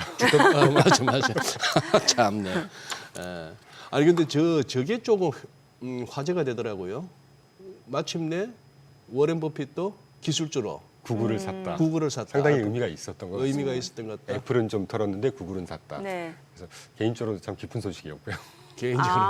담고 계세요? 아니, 재미나이가 그렇게 좋다면서요. 그러게요. 예, 저도 써보고 있는데. 저 뭐 절대 뭐 종목하고 상관없이 저 개인적으로 구글링 많이 하는데 정말 파워풀한 것 같습니다. 파워풀하다. 네. 네. 그리고 말씀이 나온 김에 우리가 이제 AI 지금 버블론 뭐 이런 거 얘기하고 있는데 결국은 언제가 됐건 지금 어마어마하게 AI 데이터 센터건 뭐건 막 투자를 하고 있고 네. 경쟁을 하고 있는데 몇 년 지나고 나서 구글처럼 네. 왜 그 한 20년 전에 인터넷 플랫폼 기반에 뭐 야후도 있었고 뭐도 있었고 구글도 있었고 많이 있었지 않습니까? 예. 결국 지금 하나 살아남은 게 구글이란 말이에요. 그러네요. 네. 그런 시장이 올 겁니다. AI 쪽에서도. 근데 그거를 지금 좀 시장은 늘 앞서가니까 지금 그런 걱정을 하고 있는데 저는 건강한 눈높이의 과정이라고 보고 있고 뭐 그거는 한 몇 년 있다가 뭐 나올 상황이 아닐까. 구글을 보면서 그런 생각도 들더라고요. 제미나이는 어때요? 그 챗 GPT에서 나타나는 그 할루시네이션 현상. 그건 잘 없나요? 저는 개인적으로 많이 쓰진 않는데 예. 그 챗 GPT는 못 쓰겠더라고요. 그 할루시네이션이 심하죠. 예, 좀. 할루시네이션 심하고 예. 뭐가 심하다고요? 할루시네이션이라고 뭔가 거짓말을 그럴듯하게 네네. 만들어내서 진짜 믿게 만드는 느낌이 있어요. 사실인 것 같아요. 근데 알고 보면 사실이 아닌 거. 할루시네이션인데 네, 이제 이게 할루시네이션. 실제로 제가 써보면 믿지를 못하겠어요. 저는 이제 실제 데이터 같은 걸 예. 많이 찾고 검증을 하고 하는데 전혀 딴소리를 합니다. 예. 그래서 절대 홍보하는 거 저는 개인적으로 퍼플렉서티를 많이 쓰고요. 아, 퍼플렉시티. 아니 예. 근데 저기 무슨 뭐 가치 판단이 개입되는 그런 문제가 아니고 그냥 단순한 데이터 관련한 인데도, 질문에도 예. 약간 그런 네네. 예. 팩트 컬렉팅 자체가 팩트 좀 컬렉팅 문제가 자체가 있는 거예요. 그래서 저는 그런 문제 있는데. 네 개인적으로 그래서 제가 왜 그 오픈 AI 네. 샘 올트만 얘기 나올 때마다 조금 부정적인 게 아니 그래서 요즘에 저도 그냥 차라리 제미나이 네, 제미나이 쓸까, 굉장히 이런 파워풀하죠. 생각. 저는 사실 퍼플렉서티를 훨씬 많이 쓰기 퍼플렉시티, 때문에 네. 제미나이보다는 퍼플렉서티에 조금 더 우호적이긴 한데 네. 가끔 이렇게 구글하면서 제미나이 자동 연결이 되잖아요. 네. 뭐 제미나이 하기 이전부터 구글링은 워낙에 가장 모스트 파워풀 아닙니까? 네. 챗 GPT에 있던 인력들이 나와서 만든 게 퍼플렉시티 아닙니까? 뭐 그렇게 일부가 나온 거예요. 일부가 나와서 일부. 그런 게 알고 있는데 하여튼 퍼플렉서티는 굉장히 정확합니다. 맞아요. 번역도 굉장히 정확하게 해줘요. 네. 뭐 스페이스X에서 저 머스크 등살에 힘들어 죽겠던 사람이 그 블루 오리진을 가서 이번에 한번 작품 하나 만들었잖아요. 네. 뉴글렌인가? 그런 영상 경우들이- 보니까 대단하던데. 뭐 둘 다 띵킹머신스. 아직 비상장이죠. 네. 예. 네. 사실 그 말씀하시니까 띵킹 머신스라든가 커서 이런 데가 지금 자금 유치 굉장히 성공적으로 하고 있고 근데 띵킹 머신스가 지금 뭐 기업가 2025년 올해 2월 달에 생긴 회사인데 네네. 그러니까 오픈 AI에서 나와서 예. 미라 무라틴가 여자분이신데 몇 명이 나와서 만든 회사라고 합니다. 네. 그 회사가 지금 올해 2월 달에 생긴 회사인데 기업 가치가 500억 달러 인정받아서 자금 조달 진행 중이라고 합니다. 지금. 네. 그런 케이스들이 많죠. 자, 지금 시각 8시 52분 향해 갑니다. 오늘 양시장 호가 상황 체크해 보겠습니다. 먼저 코스피 예상 체결지수부터 확인해 보겠습니다. 오늘 1% 상승 예상되고요. 지금 4,055로 집계가 되고 있습니다. 코스닥도 0.4% 상승 예상됩니다. 901포인트고요. 시가총액 상위 종목 예상가 보겠습니다. 오늘 삼성전자가 1.3% 상승 출발 예상됩니다. 지금 호가는 98,500원, SK하이닉스도 2.8% 상승 예상되고요. 지금 예상가 576,000원. LG에너지솔루션이 1.3% 상승 예상됩니다. 삼성전자 우선주도 상승 예상되고요. 현대차도 0.9% 오름세가 예상됩니다. 지금 호가는 275,000원. HD현대중공업이 5.8% 강세가 예상되죠. 예상가 62만 원. 두산에너빌리티 보합 예상되고 있고요. 한화에어로스페이스가 1.4% 상승 예상됩니다. 예상가 96만 9천 원. KB금융은 하락 출발 예상되고 있습니다. 코스닥 시가총액 상위 종목 예상가도 보겠습니다. 알테오젠 지난주 3거래 연속 상승했는데 오늘은 소폭 내림세가 예상됩니다. 지금 호가는 55만 1,000원. 에코프로빔 그리고 에코프로는 각각 0.4% 상승 예상되고요. ABL바이오 최근에 많이 올랐죠. 오늘 보합권 예상되고 있습니다. 레인보 로보틱스가 오늘 1.9% 상승 출발 예상되고요. 호가는 38만 6천 원. 리가캔바이오는 1.5% 하락 예상됩니다. 지금 예상가가 17만 2,800원. 가운데 펩트론, HLB 보합권 예상되고 있고요. 삼천당제약 소폭 상승 예상되고 파마리서치가 2.5% 상승 예상됩니다. 호가는 46만 3,500원으로 집계가 됩니다.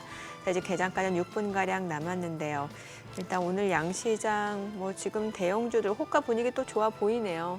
예. 예. 그래도 뭐 159포인트 빠지고 나서 절반을 회복해도 80포인트인데 네. 거기 못 미치고 무슨 뭐 하이닉스가 8% 넘게 빠졌다가 저렇게 네. 하면 양에 안 차죠. 그렇죠. 양이 안 차. 높은 데서 똑같이 뭐 3% 오르고 3% 빠지더라도 다르죠. 예, 느낌이 네. 다른데 예. 또 오후에는 또 어떻게 할지 하는 부분인데 일단은 4연속 월요일은 상승 출발 그것도 급등 출발 뭐 그 공식은 만들어 이어가네요. 지금 소장님이 자체로 낸 통계에 따르면 일단 오늘은 뭐 상승이 통계할 것도 없죠 그거는 뭐. 이제 표본 자체가 그렇게 크진 않긴 하지만 그래도 뭐 네. 아 제발 그런 얘기할 때 그 미심쩍어하는 눈빛 좀 저요? 보내지 마세요. 절대 그런 거 정말. 아니에요. 그러니까. 아니, 저는 시장이 올라가면 좋은 사람이에요. 예. 아니 근데 저의 얘기에 대해서 굉장히 미심쩍어 하는 게 매번 느껴져요. 아니에요. 그런 그래요. 건 아니에요. 예. 두 분 말씀하시는 동안 미국 프리마켓도 네. 약보합에서 강보합으로 강보합으로 오. 조금 더 올라가네요. 수시로 체크하는데 프리장 또 이렇게 미국도 네. 올라가네요. 예. 아니 12월 FMC도 지금 얼마 안 남은 상황인데 요즘 분위기가 어때요? 연준 인사들 약간 매파적으로 스탠스가 바뀐 사람들도 꽤 있는 것 같거든요. 예. 거의 많이 바뀐 것 그러니까요. 같습니다. 제가 표로 정리해 온 예. 이유가 이제 계속 한번 팔로우를 하려고 갖고 왔는데 지금 연준 지방은행 총재 12분 중에 네. 의견을 표명하신 분이 최근에 한 10분 되거든요. 예. 10분 되는데 그중에 파월파, 그러니까 저 메리 데일리 이분도 지금 고용 위험이 약간 높다 이러면서 약간 파월파, 그러니까 평소에 파월파인데 최근에 발언을 보면 약간 비둘기파적인 발언 거의 한두 분 정도. 네. 존 윌리엄스 뉴욕 연방은행 요 두 분 빼고 나머지는 다 예를 들면 그 수잔 콜린스처럼 중도였던 분도 최근에 매파 발언하고 있고 다 1세기 인플레이션 우려를 하고 있는 것 같습니다. 네.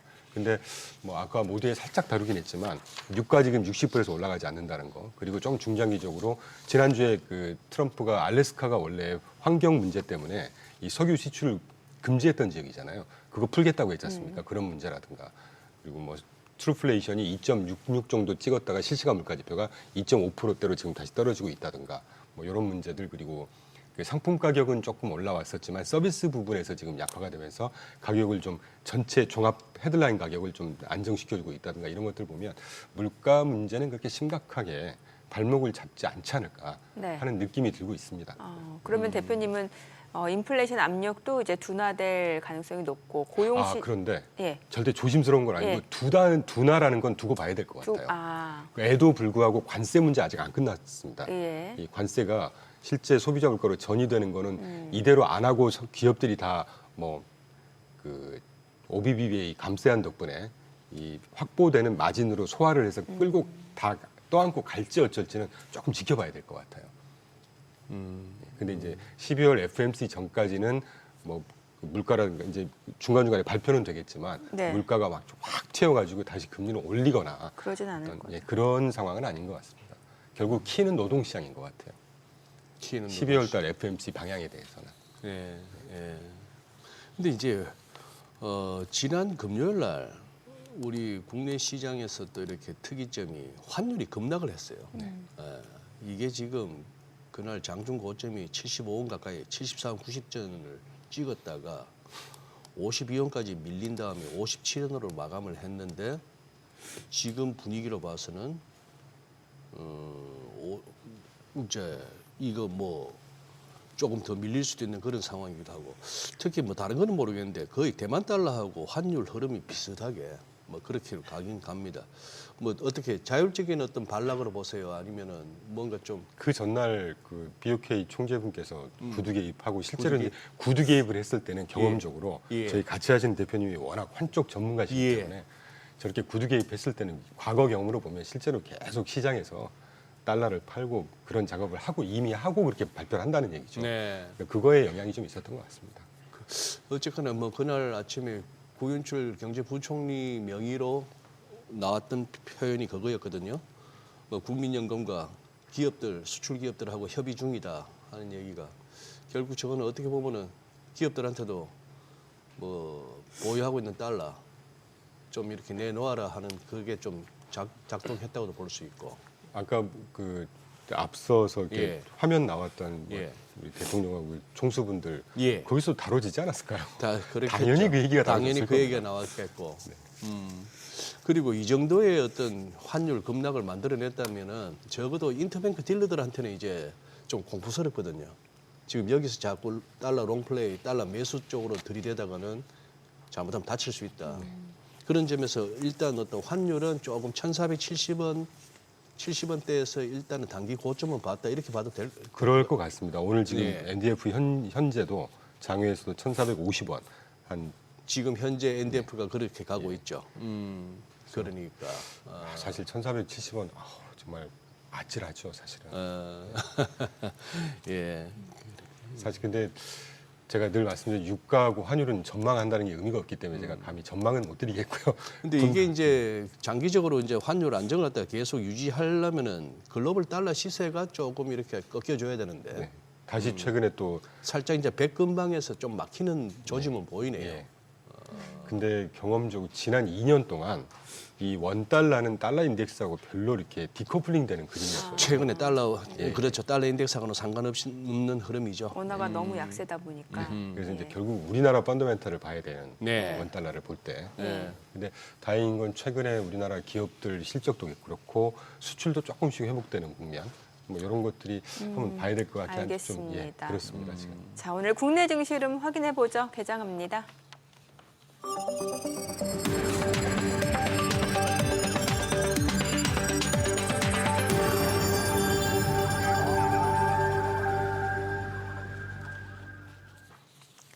네, 11월 17일 월요일 국내 증시 개장했습니다. 최근 뭐 뉴욕 증시도 그렇고 국내 증시도 마찬가지고 굉장히 빠른 순환매가 나타나고 있는 상황이고요. 이 가운데 이제 12월 FOMC를 앞두고 연준 금리 인하 기대감은 낮아지고 있고 AI 관련주에 대해서는 기대와 경계심 좀 공존하고 있는 양상인 것 같습니다. 자, 일단 양시장 호가에서는 좀 상승이 예상이 됐던 모습이고 특히 이제 반도체 쪽으로 매수세가 유입될 것이다라는 기대감이 좀 커지고 있는 상황이었는데요. 양시장 출발 지수부터 보겠습니다. 코스피가 1.6% 올라갑니다. 4,078이고요. 코스닥도 0.7% 올라갑니다. 904포인트. 시가총액 상위 종목 시초가 보겠습니다. 삼성전자가 3% 강세를 나타냅니다. 지금 다시 10만 원이 회복이 됐어요. 10만 400원. SK하이닉스도 5% 올라갑니다. 58만 8천 원. LG에너지솔루션도 상승합니다. 46만 6,500원. 삼성전자 우선주도 2% 올라가고 삼성바이오로직스는 24일 날 다시 거래가 재개되죠. 자, 그리고 현대차는 0.7% 올라갑니다. 지금 27만 4,500원.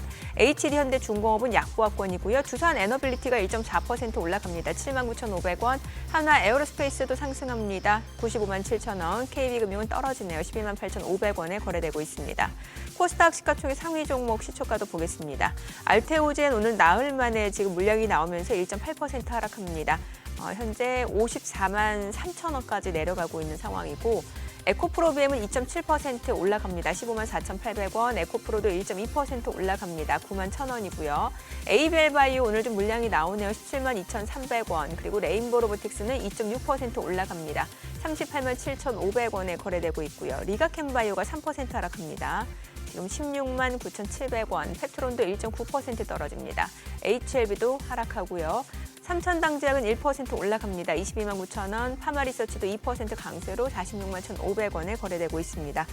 오늘 시장에서 특징을 보여주고 있는 섹터 종목들 체크해 보도록 하겠습니다. 자, 오늘 장에서는 앞서 보셨다시피 반도체 쪽 흐름이 굉장히 좋고 방산주도 좋고 일단 반도체부터 볼게요. 반도체 장비 쪽 좋고 이 가운데 오늘 신규 상장한 종목도 있습니다. 그린광학 지금 159%, 160% 급등을 하고 있는 종목이고 테스 8% 올라갑니다. PSK홀딩스 5% 상승 중이고요. 자, 그리고 원익 IPS 4.8% 올라갑니다. STI, DI, FST, TFE, 유니셈, 하나마이크론, PSK 오늘 반도체 장비 쪽 흐름도 괜찮고요. 이스페타시스, 하나마이크론 다 강세 흐름 보여주고 있는 상황이고 또 반도체 쪽에서 3D 낸드, CXL 쪽도 좋습니다. 3D 낸드 쪽에서는 이게 다 겹쳐요. 사실 반도체 장비나 3D 낸드 쪽이 다 겹치는데 KC텍, PSK, 유니테스트, 유진테크, 원익 머티리얼즈 다 좋습니다. 지금 현재 지금 보시게 되면 낸드 쪽도 좋고 그리고 CXL 쪽에서는 코리아 서킷가 13% 급등하고요. TLB도 5% 강세고 오킨스전자, 엑시콘도 각각 4% 안팎으로 강세를 보여주고 있습니다. QRT도 2.6% 올라가고 있는 모습이고 자, 그리고 오늘 우주항공 쪽도 좋아요.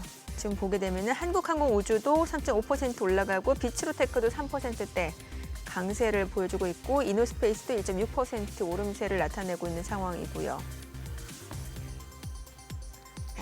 이 정도 좀 보시면 될 것 같고 수급 상황 좀 체크를 해보도록 하겠습니다. 자, 오늘 유가증권 시장에서 외국인과 기관 순매수 보여줍니다. 각각 547억 원, 33억 원 순매수고요. 개인 투자자는 540억 원 매도 우입니다. 코스닥에서는 개인 투자자가 441억 원 순매수, 외국인과 기관은 각각 173억 원, 168억 원 매도 우위를 나타내고 있습니다. 환율 체크해보겠습니다. 달러 환율입니다. 오늘 6원 하락한 1,451원에 개장이 됐습니다. 자, 오늘 반도체 쪽 흐름이 굉장히 좋고 지금 SK 하이닉스는 59만 4천 원. 많이 올라가네요. 예. 네. 근데 약간 이 바이오가 제약 바이오가 보니까 약간 대안주 성격이네요. 장이 막 장이 전체적으로 빠지고 있을 때는 네. 바이오가 각광을 받는데 이런 식으로 이제 장이 또 붕 뜰 때는 또 소외되네요. 뉴욕 증시도 그렇더라고요, 최근에. 예, 순환매가 엄청 빨라요. 그렇죠. 예. 그리고 좀 짧게 끊어간다는 느낌, 바이오는. 그냥 매겨주면 빨리 나와야겠다는 생각, 뭐 그런 것도 보이고. 외국인들 참 엇박자가 막 나는구나. 금요일 날 그렇게 팔아제끼더니, 지금 스콧 러브너, 뭐 스콧 럼너, 뭐 이렇게 표기가 막 다양하던데 그 양반이 지금 시타델에 있죠. 네, 골드만삭스 있다가. 네. 시타델 아주 예. 네, 대단한 회사입니다. 아침에 오면서 다른 영상에서 보니까 또 그 얘기도 하던데 미국도 이제 달라졌다. 자기도 개인 투자에 대한 편견이 있었는데 개인이 사면 꼭지다. 그거 옛날 얘기다. 뭐 PER, PBR 무슨 뭐 이런 것들로 뭐 밸류에이션으로 따지고 뭐 기관들 그래서 좀 개인들이 막 흥분한다 싶으면 공매도 치면은 먹고 했던 게 옛날이었다면은 그러다가 지금 이제 다 실려간다. 세상 바뀌었다. 이 얘기 하더라고. 개인 비중이 워낙 크더라고요. 특히 올해는 개인이 정말 압승하네요. 좀. 개인이 그러니까. 네. 예. 그래서 최근에 반가운 게 아까 소개드렸던 11월 초 첫째 주에 기관 투자가들이 순매수로 전환을 시켰던 게 상당히 의미가 있는 시그널이라는 생각을 하고 있습니다. 그러면은 이제 뉴욕도 뭐 조금 상승에 대한 기대감이 있는 거고 우리 국내 증시도 좋게 보신다고 하셨으니까 그럼 네. 국내 증시는 이제 섹터별로는 좀 다른 전략이 필요하겠네요. 근데 섹터는 예. 사실 뻔한 섹터 아닌가? 반도체. 예. 저기 조선, 조선. 방산조선. 그중 제게 만약에 추천해라라고 네네. 하시면 그 정도 2개 정도 추천할 것 같습니다. 아, 반도체 조선 방산. 네. 뭐 다른 데도 워낙 좋은 뭐 섹터들이 좀 있는 것 같은데 네. 조금 더 좀 확실하게 하려면 저는 반도체, 조선 방산 정도가 가장 좋아 보입니다. 그리고 지난주에 또 그 대통령하고 총수분들께서 네. 미팅하실 때 어마어마한 투자 지금 계속 하겠다고 뭐 몇백 조씩 발표했지 않습니까? 네네. 그게 미국처럼 나중에 뭐 과잉 투자건, 뭐 버블이건 그거는 나중 얘기고요. 이렇게 투자를 하면 어쨌든 경제나 산업은 사이클이 훨씬 더 이렇게 성장을 하고 양적 성장, 질적 성장을 하게 되는 거니까 그 과실을 우리 투자자들은 따먹으면 된다고 생각합니다. 네네. K식품 쪽은 어떻게 보세요? 때마침 오늘 삼양식품, 농심, 와 농심이 7% 올라가요. 예, 이게 물론 증권사에서 목표 주가 상향 조정 이슈도 있고 그 K푸드라고 하잖아요. 이쪽은 좋게 안 보세요? 아 그렇게 안 보세요? 아, 제가 아는 게 별로 없다는 걸로 답을 드리겠습니다. 라면을 별로 안 좋아하시나 보다. 예. K엔터, K푸드 약간 저한테 비슷한 느낌입니다. 아 그래요? 좀 다르지 않나요? 그러니까 예. 전망은 좋은데 약간 좀 약한? 파이프라인 자체가 좀 약한 예, 그런 느낌. 불닭볶음면 좋아하시는 분들한테는 아우 저희 애들 아주 불닭볶음면 어마어마하게 먹습니다. 예. 파이프라인이 약하지 않은데. 아, 어떻게 설명을 드려야 될까요? 사이즈나 예. 뭐 이런 것들이 조금 이렇게 좀 예. 그래요. 이제 관심 있게 안 보시니까. 예. 무슨 뭐 한 번씩 이렇게 D램 가격 이런 것들 뛰는 거나 뭐 엔비디아 GPU 한 개당 얘기 듣다 보면은 이 대표 말씀하시는 게 무슨 말씀인지 좀 느낌은 옵니다. 아, 예. 그래도 우리는 뭐 수량으로 승부해야죠 뭐. 그렇죠. 가끔 정민구님이 항상 이렇게 좀 좀 어려운 질문을 갖고 주셔가지고. 아, 그래요? 아, 그래도 뭐 내가 잘 모른다. 예. 그렇게 말씀하시는 게 맞는 것 같아요. 예. 이런 데 나오시면 뭔가 다 아는 척 해야 되는 저는 부담이 있는데 모르는 건 모르는 겁니다. 모르는 건 모른다. 네. 아니, 아, 조선방사는 좋게 보셨는데 원전은 왜 해당이 안 돼요? 왜 앞서서 그 우라 제가 조금 망각했습니다. 망각- 원전 원전도- 당연히 들어가야죠. 저희가 지금 3년 반, 4년째 저희 하우스에서도 예. 4년 전부터 아마 대한민국에서 제일 먼저 원자력 투자했을 겁니다. 아, 계속 갖고 있습니다. 한국도 예. 마찬가지입니다. 예. 그 우리나라 그 원전 기술이 거의 세계 정상급이거든요. 네. 그렇죠. 예. 아 근데 지금 이게 조선이 생각보다는 좀 약하네. 그죠? 뭐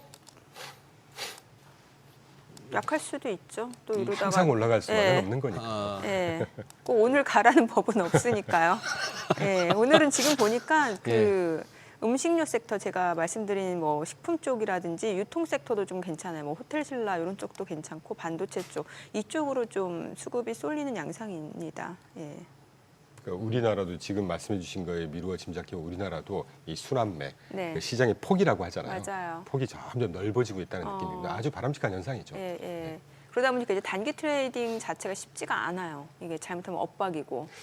뭐 뜬금없는 말씀이겠지만 저희 뭐 같이 하시는 대표님도 그렇고 네. 그분은 거의 뭐 한 36년 했었고 운용만 온 곳이 한 36년 예. 했던 분인데 예. 늘 하시는 말씀이 있습니다. 제가 저하고 이제 의견이 좀 이렇게 네네. 시장이 흔들리곤 할 때는 대표님 이거 좀 줄였다가 합시다. 이렇게 해서 왔다 갔다 해가지고 성공한 적을 못 봤다 본인은. 방금 이제 네. 앵커님 말씀이 딱 비슷한 말씀을 하셔서 예. 예, 그래요.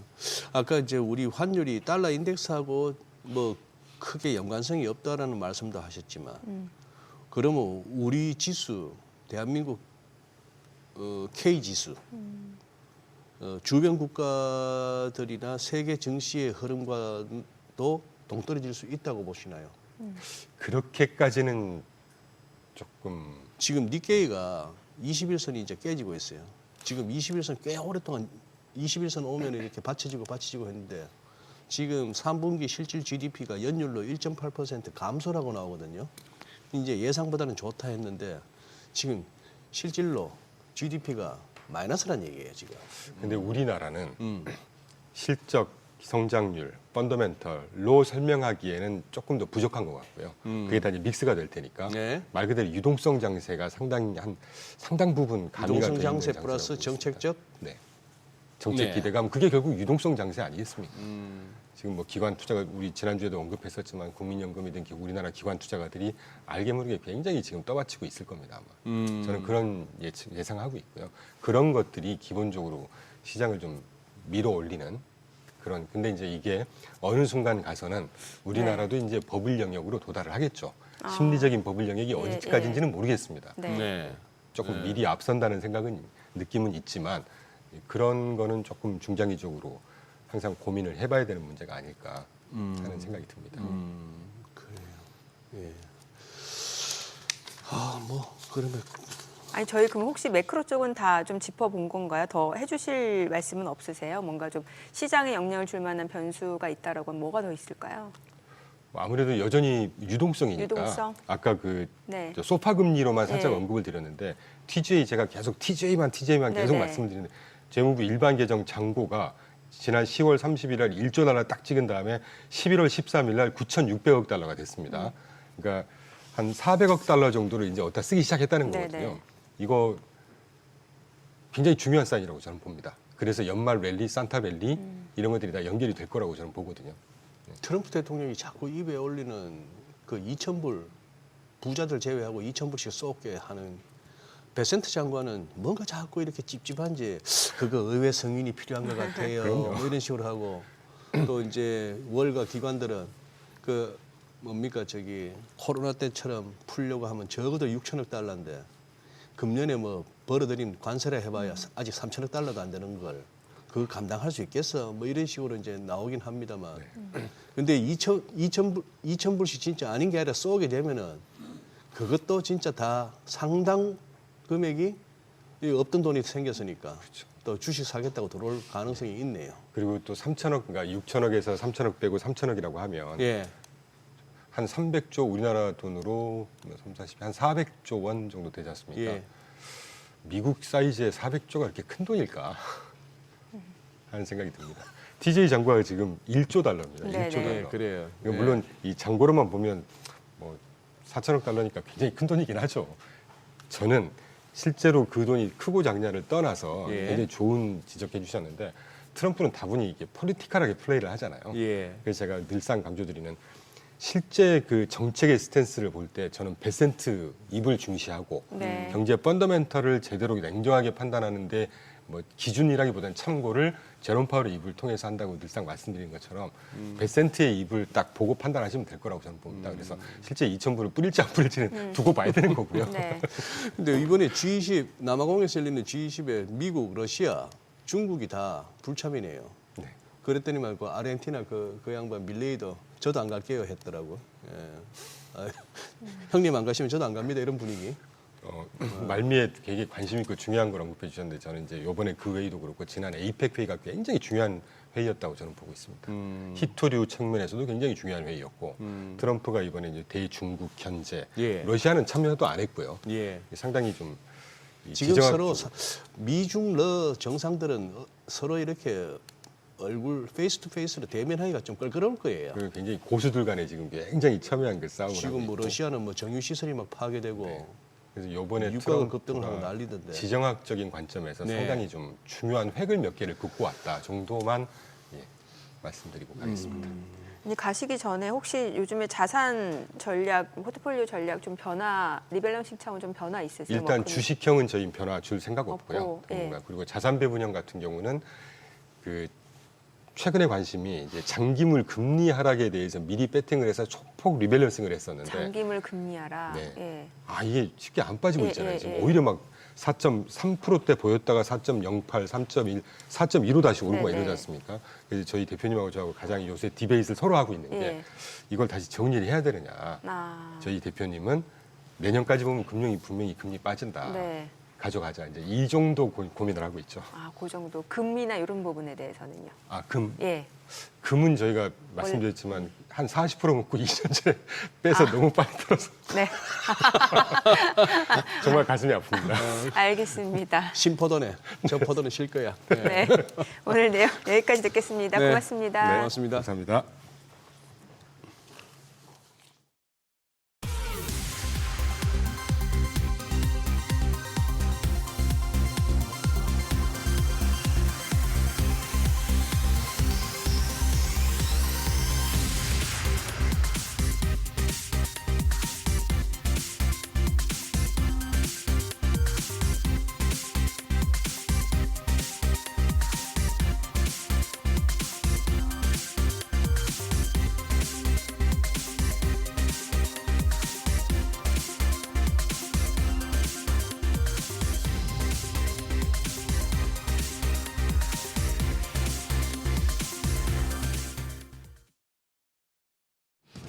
이 시각 시황입니다. 다행히 국내 증시 월요일 장 출발, 그래도 빨간불을 켜내면서 시작해주고 있습니다.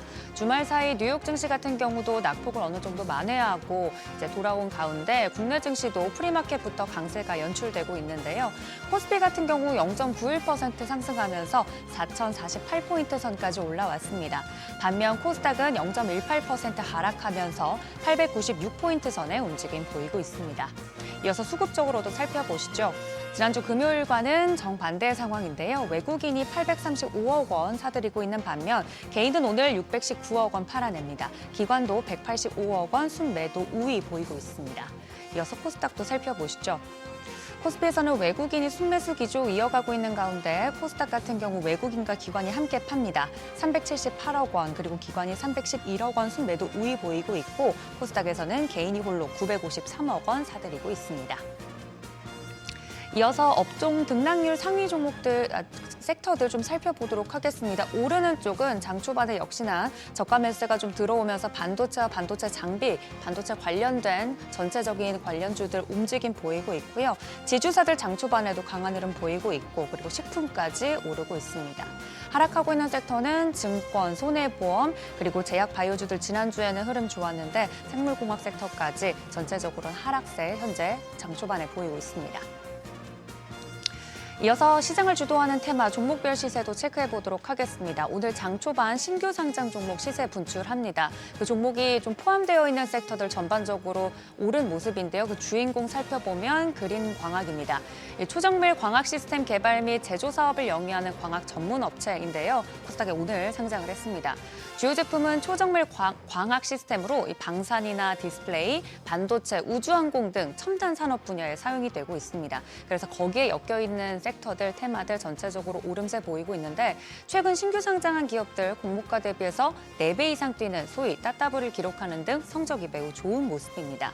그린광학을 필두로 G2G 바이오도 최근에 상장했는데 5%대, 그리고 알트도 6%대 강세 보이고 있고 장 아주 극초반에는 100% 넘는 상승률을 보였었는데 그린광학 같은 경우에는 지금 어느 정도 그 등락률이 저조한 모습입니다. 그럼에도 불구하고 공모가 대비로는 80% 넘는 상승률 보이고 있습니다. 이어서 다음 테마 살펴보도록 하겠습니다. 앞서 반도체 관련된 종목들 흐름 좋다고 말씀드렸는데 지난주 금요일 큰 폭으로 떨어졌던 반도체, 대형주를 필두로 상승부를 켜내고 있는 모습입니다. 특히 SK 하이닉스가 글로벌 인공지능 수요 확대에 힘입어서 미국 매출 비중이 70%를 넘어섰다는 소식까지 들려왔습니다. 관련돼서 반도체 장비주들도 살펴보면 테스가 10%대 두 자릿수 상승률 보이고 있고요. VM도 7%, 유니셈까지 6%대 강세 보이고 있습니다. 다음 상승 테마도 살펴보도록 하겠습니다. 장 초반부터 호텔, 카지노, 리조트 관련주들 포함해서 여행주까지 흐름이 좀 좋은 모습입니다. 대표적인 종목들 살펴보면 서부 T&D가 19%, GSP&L이 12% 상승률 보이고 있고요.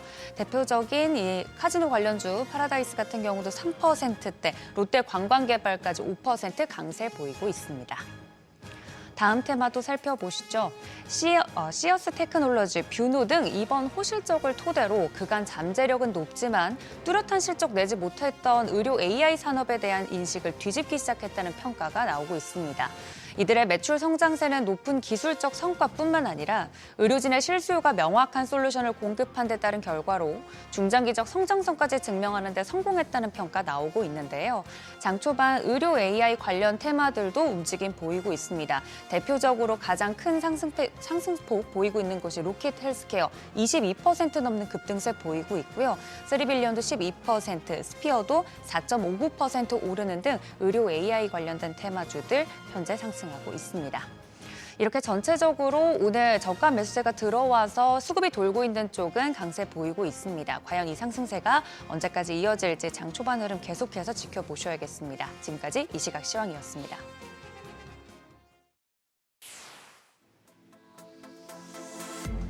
한 주간 외국인과 기관이 가장 많이 순매수한 종목 살펴보는 투자자 순매수 탑5 시간입니다. 지난주 국내 증시를 주도했던 반도체주가 조정 국면에 들어서자 외국인 매수세는 그동안 소외됐던 업종들로 이동했습니다.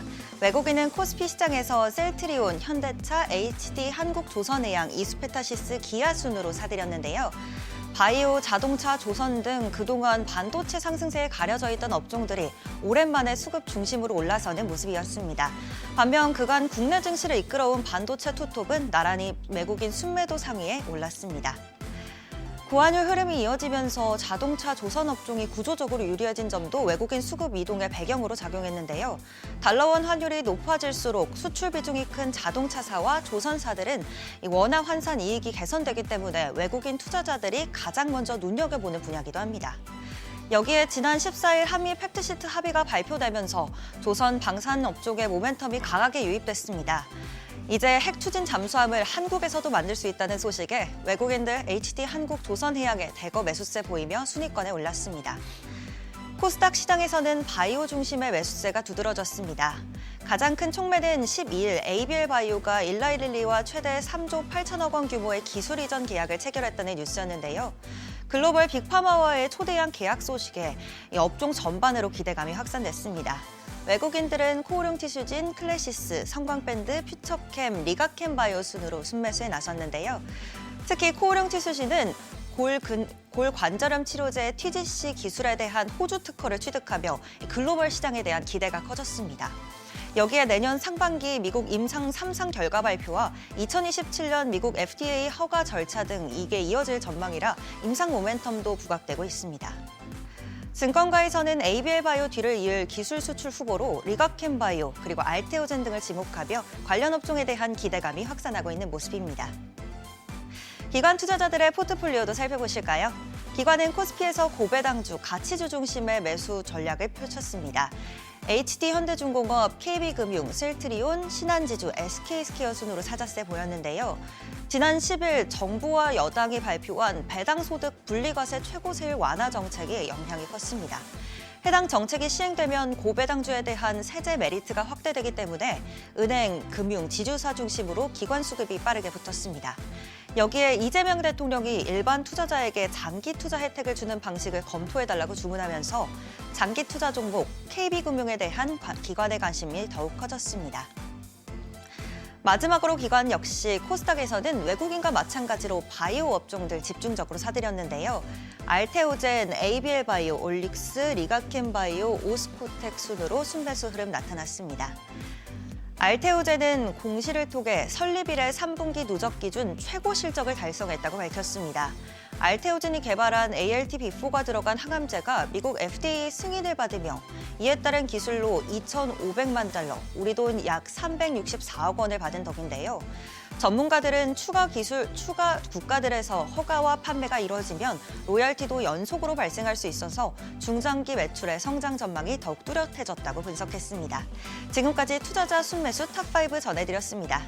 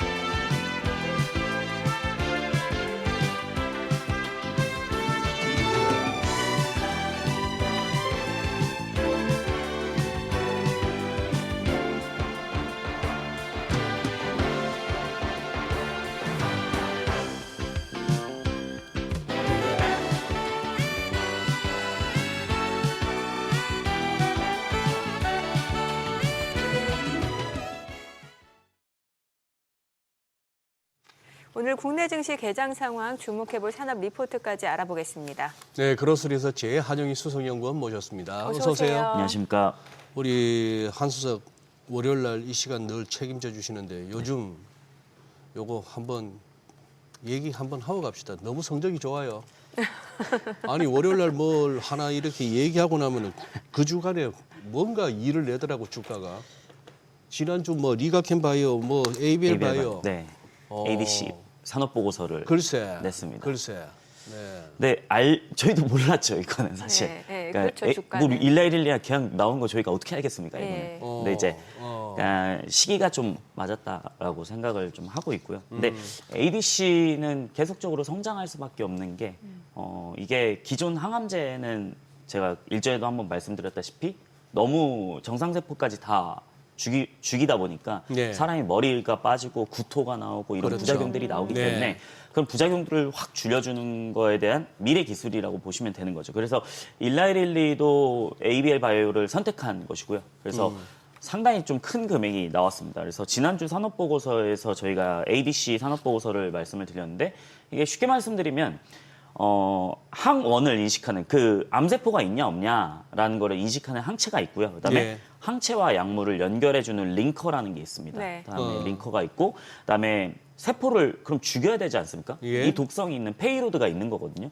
그래서 이거를 세 가지가 같이 움직이는 게 ADC라고 보시면 될 것 같은데 저희가 이제 탑픽 종목으로는 ABL 바이오랑 리가캠 바이오를 이렇게 말씀을 드렸습니다. 근데 ABL 바이오 그래프바디 B 플랫폼에 대한 기술 이전하고 그다음에 공동 연구 개발이 일라이릴리와 나왔고 그다음에 더 좋은 소식이 나왔던 게 제가 알기로는 3자 배정일 거예요. 3자 배정으로 일라이릴리한테 유상증자까지 해서 220억까지 이제 받은 내용을 결국에는 야 일라이릴리가 지분 투자를 한다? 그러면은 와 이거는 장기적인 파트너로 갈 수 있겠다라는 기대감도 있는 거거든요. 그래서 ABL 바이오는 너무나 좋은 소식들이 나왔고 그다음에 리가캠하고 사실 조금 작은데 네. Y바이오로직스라는 기업도 있습니다. 그래서 이런 기업들까지 기대감이 좀 나오면서 주가가 좀 많이 올라갔다라고 보시면 될 것 같고, 그다음에 리가캠 바이오도 저희가 탑픽 종목으로 좀 말씀을 드리긴 했는데 네. 이게 리가캠 바이오도 자체 개발한 그 콘졸이라는 게 있습니다. 네. 콘졸 플랫폼이 있는데 여기서 이제 ADC 어워드가 매년마다 있거든요. 그래서 거기 참가를 했을 때 상을 굉장히 많이 받습니다. 그래서 작년에도 받았고 올해에도 받았고, 그래서 리가캠 바이오는 이제 부작용은 최소한 설계로 이제 기존 기술 대비해 가지고 높은 약물 결합비가 중요하거든요. 이 링커랑 약물 결합비가. 그래서 이 링커 안정성을 좀 구현을 했다라고 보시면 될 것 같고, 그래서 ABL 바이오가 이제 선두주자로 계약이 나왔기 때문에 우리나라 ADC 기업들에 대한 기대감이 좀 많이 반영이 되지 않을까, 이렇게 말씀을 좀 드리도록 하겠습니다. 아니 참 너무 겸손하게 얘기하시네. 보통 보면은 저 장사치들은 이런 거 한번 나오면은 뭐 해째라고 하죠. 해째, 내가 캣째, 그거 하는데, 아니 지난주만 해도 따블이에요. 지난 맞아요. 한 주 동안만 해도 따블이에요. 네, 그 ABL 전에 바이오가. 이미 15,000원, 2만 원 그 구간을 오래 머물다가 이게 10만 원 한번 돌파하는데 한번 진통을 겪다가 10만 원 아래에서 확 날라가지고 지금 지난주만 그래 됐는데, 지금 그러면 여기서 추가 매수 부분은 어떻게 판단하세요? 아, 참 어렵습니다. 글쎄. 그게. 네, 네, 어렵습니다. 이렇게까지 이 날아갈 주가, 줄이야. 네, 10만 원에서 지금 거의 70% 올라온 거면 네. 저희가 지난주 월요일에 발간을 했으니까 10만 원, 9만 9천 원에까지 맞아요. 있었거든요. 예. 그러니까 종가 기준으로 10만 900원이었는데 그럼 지금 70%가 넘게 올라왔다는 거죠. 그래서 네. 사실 어렵습니다. 이 부분은 저희는 이제 보고서를 발간을 해서 이 기업이 이런 그 사업을 하고 있고 이런 걸 말씀드릴 수 있지만 사실 이게 어디까지 간다는 건 아무도 모르죠. 그러니까요. 네. 그래서 네. 조금은 양해 좀 부탁드리겠습니다. 알겠습니다. 예. 네. 자, 그럼 오늘 소개해 주실 탐방 기업은 어디예요? 네, 오늘은 저희가 네. 플리토라는 기업을 플리토. 좀 갔다 왔습니다. 네. 그래서 얼마 전에 계속 좋은 소식이 나오더라고요. 이게 AI 기반 언어 서비스인데, 그러니까 주로 사업이 뭐가 있냐면 데이터랑 솔루션 판매를 하는 거고, 데이터 판매가 있고, 그다음에 AI 솔루션이 있고, 그다음에 플랫폼 서비스가 있습니다.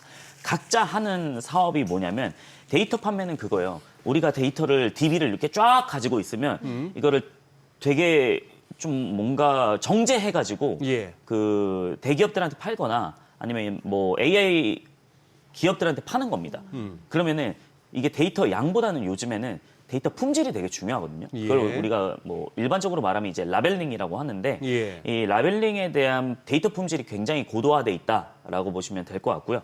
그다음에 이 데이터 판매는 결국에는 LLM 등이나 AI 모델을 개발하는 글로벌 빅테크사나 언어 데이터를 납품하는 수주형 방식으로 진행이 됩니다. 수주 받으면 우리가 드릴게요. 데이터 드릴게요. 이렇게 되는 거고, 자체 플랫폼을 통해 가지고 이 데이터를 수집하고 가공합니다. 그 다음에 이 가공을 하는 게 누구냐? 이 플랫폼을 사용하는 사용자들이거든요. 예. 그러니까 우리 일반인들도 이거를 데이터를 품질을 좀 정제할 수 있습니다. 그러면 플리토 쪽에서는 소량의 리워드를 줍니다. 그러니까 리워드를 주면은 그것에 대해서 좀 품질을 정제하고 그냥 부업식으로 하는 거죠. 네. 그게 있다라고 보시면 될 것 같고, 그다음에 두 번째는 AI 통번역 서비스. 이거는 뭐냐면 우리 이번에 APEC 2025에서 이게 사용이 됐습니다. 뭐냐면 그러니까 사실 뭐 어디 유튜브 라이브나 아니면 네. 어떤 방송을 했을 때 이게 AI 번역이 바로바로 되지 않습니까? 물론 요즘에는 그 통번역사분들 쓰시긴 하지만은 네. 행사장에서는 요즘 AI 서비스를 많이 씁니다. 네. 그래서 뭐가 있냐면 주요 솔루션이 라이브 트랜슬레이션이 있고, 그다음에 챗 트랜슬레이션이 있고, 이미지가 있습니다. 그래서 네. 핵심 솔루션은 결국에는 이 라이브 트랜슬레이션을 통해 가지고 구글이나 AWS, 아마존이나 아니 메타 등에서 우리나라에서도 빅테크 행사 굉장히 많이 하거든요. 뭐 코엑스나 아니면은 뭐 부산 쪽에도 있죠. 그쪽에 행사장을 갔을 때 좀 이 통번역 서비스를 AI가 대신해준다라고 보시면 될 것 같고, 네, 플랫폼 서비스 같은 경우에 주로 이건 B2B 서비스입니다. 그래서 최근에 K컬처 콘텐츠가 확산됨에 따라서 그럼 다중언어를 지원해줘야 되지 않습니까? 네. 다중언어를 지원해줘야 되면은 이 번역을 좀 일회할 수밖에 없습니다. 그래서 이게 K컬처에서 뭐 어디 뭐 스페인어 아니면 뭐 영어도 그렇고 일본어 이런 것들을 번역해주는 서비스다라고 보시면 될 것 같은데, 결국에는 왜 플리토가 최근에 되게 괜찮게 나오고 있는 이유들이 뭐냐면은 이게 AI 모델의 성능을 결정짓는 핵심 요인은 뭐냐면 옛날에는 우리 파라미터를 쫙 늘려가지고 하면은 뭐 1조 파라미터, 2조 파라미터, 뭐 3조 파라미터 이런 얘기들이 많이 나왔잖아요. 근데 그런 것보다는 요즘에는 야, 너네가 데이터 품질이 얼마나 좋은 건데 라는 게 좀 많이 바뀌었습니다. 그래서 동사와 같은 AI 학습용 데이터 기업의 역할은 오히려 수요가 확대는 추세거든요. 왜냐하면 사람이 이 라벨링을 하나하나씩 데이터 정제를 하다 보니까 좋은 품질의 데이터가 나올 수 있다라는 거죠. 그래서 연평균 성장률은 이제 시장에서는 이제 25% 정도 나온다라고 보시면 될 것 같고요. 그래서 플리토는 이제 흑자 전환을 할 것 같습니다. 원래 AI 기업들이 흑자 전환하기가 좀 많이 힘든데 이번 연도 3분기 기준으로 봤을 때 매출액이 118억에다가 영업이익이 28억이고 3분기까지 누적 매출액이 258억 원입니다. 그러면 YOY 성장률이 몇 %냐? 75% 성장을 하고 있습니다. 그리고 영업이익이 54억을 기록을 하고 있는데 이게 적자에서 흑자 전환을 하다 보면은 영업 레버리지 효과라는 게 있거든요. 그러면은 이제 고정 비용은 많이 들지만 변동비는 뭐 살짝만 주면 되는 거예요. 그러면은 영업 레버리지 효과를 통해 가지고 이익률이 계속적으로 올라갈 수 있는 가능성이 있다라는 거죠. 그렇기 때문에 저희가 이번에 플리토 같은 경우에는 조금 실적도 잘 나오고 그래서 AI 쪽에서는 좀 데이터 품질이 워낙 좋기 때문에 한번 소개를 드리고 싶었습니다. 네. 야, 이 종목도 팬데믹 때 텐배가 한번 했네요, 보니까. 네, 상장한 지는 좀 됐습니다. 2019년에 상장한 걸로 나오고. 네. 예. 근데 지금 저 비슷한 저 경쟁 구도를 갖출 만한 회사는 없나요? 비상장 쪽에서는 조금 있는데 비상장 아직까지는 플리토가 저도 행사 같은 걸 라이브로 많이 예, 보거든요. 예. 유튜브 행사. 근데 플리토 거를 많이 씁니다. 그래서 사실 채택되는 거 자체가 플리토 쪽이 워낙 좀 시장을 좀 잠식하고는 있다라고 보시면 될 것 같습니다. 저도 실제로 좀 사용을 하려고 했었어요. 예전에 저희 회사랑 이제 캐나다 쪽에 헤지펀드랑 좀 한번 같이 영상을 찍은 적이 있었거든요. 네.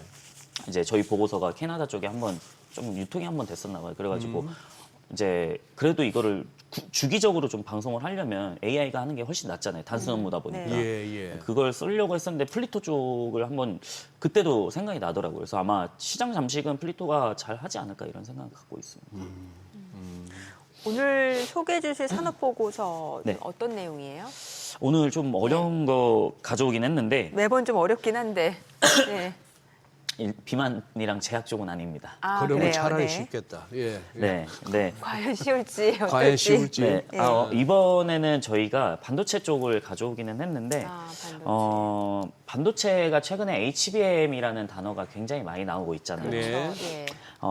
HBM 같은 경우는 초고대역폭 메모리를 말하는 거잖아요. 네. 그러면 이게 GPU랑 AI 칩 이렇게 PCB 기판을 보시면 이 GPU 옆에다가 한 뭐 4개, 8개 뭐 이렇게 붙이는 까만색이 있습니다. 반도체 칩이 있는데 그게 이제 HBM인데 이거를 GPU나 AI 칩 바로 옆에다가 붙이거든요. 예. 그래서 연산을 할 수 있게 붙이고 이거를 적층을 합니다. 3D TSV 공정을 통해 가지고 쭉 아파트처럼 쭉쭉쭉쭉 이렇게 쌓는 거죠. 근데 최근에 AI가 AGI로 가면서 네. 이거 병목 현상이 또 발생을 하네. 어떻게 할까? 그러면은 그 차세대 또 반도체 칩으로 가야 되는 게 있거든요. HBM을 개발한 카이스트 교수님이 있습니다. 근데 얼마 전에 우리 방송에 여기 나왔어요. 저희 여기 나오셨어요. 모셨어요. 네. 네. 그 분이 김종호 HBM의 교수님. 맞습니다. 네. HBM의 아버지시잖아요. 맞아요. 예. 네. 아주 뭐 제자들이 생일 케이크도 그냥 HBM으로 예. 얼마나 막 사진도 갖고 오셔서 맞아요. 저희한테 보여주셨어요. 네, 네. 그분께서 이제 그 교수님께서 얘기하신 게 이제 HBM 다음은 HBF다라고 맞아요. 네. 말씀을 해주셨거든요. HBF다. 네, 펜아웃이죠. 이제 HBM보다는 이제 HBF로 가야 되는 건데 결국에는 HBF는 뭐냐면 쉽게 말씀드리면 그거예요. HBM은 엔진이 되게 좋은 엔진이라고 보시면 돼요. 근데 이거 출력 좀 딸리는데 나는 300km로 달리고 싶어. 그럼 막 튜닝을 하잖아요. 네. 튜닝을 해서 터보차저를 만듭니다. 예. 그럼 터보차저를 만들면 갑자기 속도가 더 빨라지잖아요. 그렇죠. 그게 이제 HB, 그러니까 쉽게 말씀드리면 비교를 하자면 약간 그렇게 말씀을 드릴 수 있을 것 같은데 이제 기존 실리콘 인터포저 코어스 패키징 같은 경우는 면적이 커지고 배선 문제가 생기고 그다음에 열이나 수율 문제가 발생합니다. 그래서 최근에 나오는 게 뭐죠? 순행 방식으로 어떻게 열을 이거 잡냐. 이것도 많이 나오고 있잖아요. 예. 그래서 텍사스 그 콜텍스, 그러니까 테슬라의 콜텍스 공장 거기 있는 칩 같은 경우에도 순행 방식을 다 사용을 하거든요. 네. 근데 이 HBF 같은 경우는 팬아웃 기반 인터포저 대체 기술이 이제 필요해졌습니다. 그래서 HBM은 뭐냐면 메모리 자체고 HBF는 이 메모리를 GPU랑 더 빠르게 연결을 해서 차세대 팬아웃 패키징을 필요로 한다라는 겁니다. 그래서 2025년에는 인공지능이 지금 너도 나도 빅테크에서는 너도 나도 투자를 계속한다 이러고 있잖아요.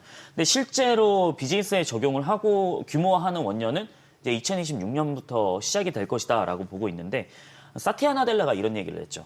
연산이 병목이 아니라 에너지랑 데이터 센터 공간이 병목 현상이 발생을 한다. 얘기를 했습니다. 네. 사티아 나델라가 누군데요? 마이크로소프트 CEO입니다. 네, 사티아 나델라가 이런 얘기를 했는데, 자, 이런 배경 하에서는 HBF가 계속적으로 주도를 받을 수밖에 없는 거고, 이제 3D 낸드 플래시를 고대용 메모리 D램처럼 이제 수직으로 적층하는 방식입니다. 그래서 과거의 기존에는 CPU 방식은 병목 현상이 발생해서 GPU로 갔던 게 뭐냐면 CPU는 뭐 소장님이 저한테 이것 좀 해주세요라고 하면 제가 이렇게 처리를 하고 정민 앵커님이 네. 그 다음에 뭐 요청을 하면 그 다음에 하나씩 하는 거예요. 근데 병렬은 한꺼번에 다 할 수가 있습니다. 그래서 CPU에서 GPU로 이동을 하는 건데, 예. 근데 이 GPU도 단순하고 독립적인 연산을 대량적으로 이제 병렬 처리가 가능하긴 하거든요. 예. 그래서 CPU 대비해서는 이제 3배 정도의 속도가 나옵니다. 근데 GPU가 최대 성능을 내려면은 방대한 데이터를 지속적으로 공급을 받아야 되거든요. 네. 근데 여기서 HBM이 해결책이 됐는데 이 HBM의 조금 단점은 뭐냐? 비연속 저장 불가라는 게 있습니다. 휘발성이 있다는 거죠. 데이터가. 휘발성이 있기 때문에 HBM 칩이 최근에 가장 지금 공급하는 기준으로 봤을 때는 HBM3E잖아요. 네. 지금 양산을 하는 기준으로 봤을 때는. 근데 이게 칩당 얼마냐? 192GWh 정도 됩니다. 2기가 정도 됩니다. 근데 초대형 모델이 추론을 하는 요구 모델 같은 경우는 그러니까 GPT-4, 지금은 GPT-5를 쓰고 있죠, 우리가. 예, GPT-4급이 1.8조 파라미터 모델이거든요. 그러면은 추론을 했을 때는 3.6TB가 필요합니다. 그러면은 엄청나게 많이 필요로 한 거죠. 그러네요. 그러면 이제 HBM으로서는 추론 시대, 우리가 연산을 했을 때 추론으로 계속 갔을 때는 충족이 불가하게 된다라는 거죠. 여기까지는 조금 이해가 되셨을 텐데 이제 HBM하고 HBF는 그러면은 대체가 되는 거냐? 예. 대체가 아니고 보완제 역할을 보완제? 해줄 수 있다라는 거죠. 그래서 HBM하고 HBF랑 같이 갈 수밖에 없다라는 거고, 이제 HBF는 테라바이트급 용량을 제공을 하고 높은 대역폭을 제공을 합니다. 그러면은 저희가 봤을 때 좀 탑픽 종목은 뭐냐? 솔브레인. 솔브레인. 네. 이게 낸드거든요. 네. 결국에 그 HBF의 핵심은 뭐냐면 400단 3D 낸드입니다. 적층을 계속 이렇게 해야 된다는 거죠. 그러면은 그 HBM은 이제 D램을 쌓는 거고 네. HBF는 낸드를 쌓는 건데, 낸드가 고층이 되다 보면은 결국에는 400단을 가면은 정밀 시각이 중요하거든요. 그럼 시각액이 중요합니다. 식각? 네. 네. 씻는 거, 불순물을 씻는 게 중요합니다. 왜냐하면 반도체는 불순물이 있으면 네.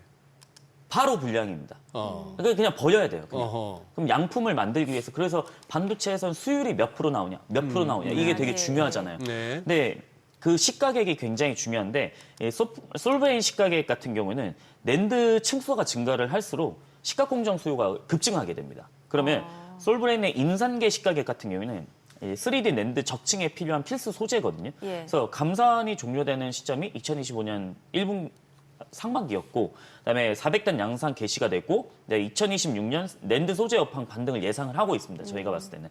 그래서 HBF 양산 시점도 2026년 하반기 정도로 예상을 하고 있는데, HBF 투자랑 낸드 투자 고단화가 동일 타이밍이 적용이 된다는 거죠. 네. 그래서 2026년에는 저희가 봤을 때 낸드 고단화, 그다음에 HBF 시제품이 나오고, 그다음에 AI 추론 확대, 이 예. 트리플 모멘텀이 있다라고 생각을 해서 솔브레인을 좀 말씀을 드리는 거고, 왜 솔브레인 최대 수혜를 좀 받을 수 있냐라고 말씀을 드린다면은 400단대 진입은 결국에는 단가를 높여주고 예. 수요를 높여주고 점유율하고 직결이 됩니다. 그래서 2026년부터는 이 실적이 좀 반영되는 주가가 나오지 않을까라고 말씀을 좀 드리겠고요.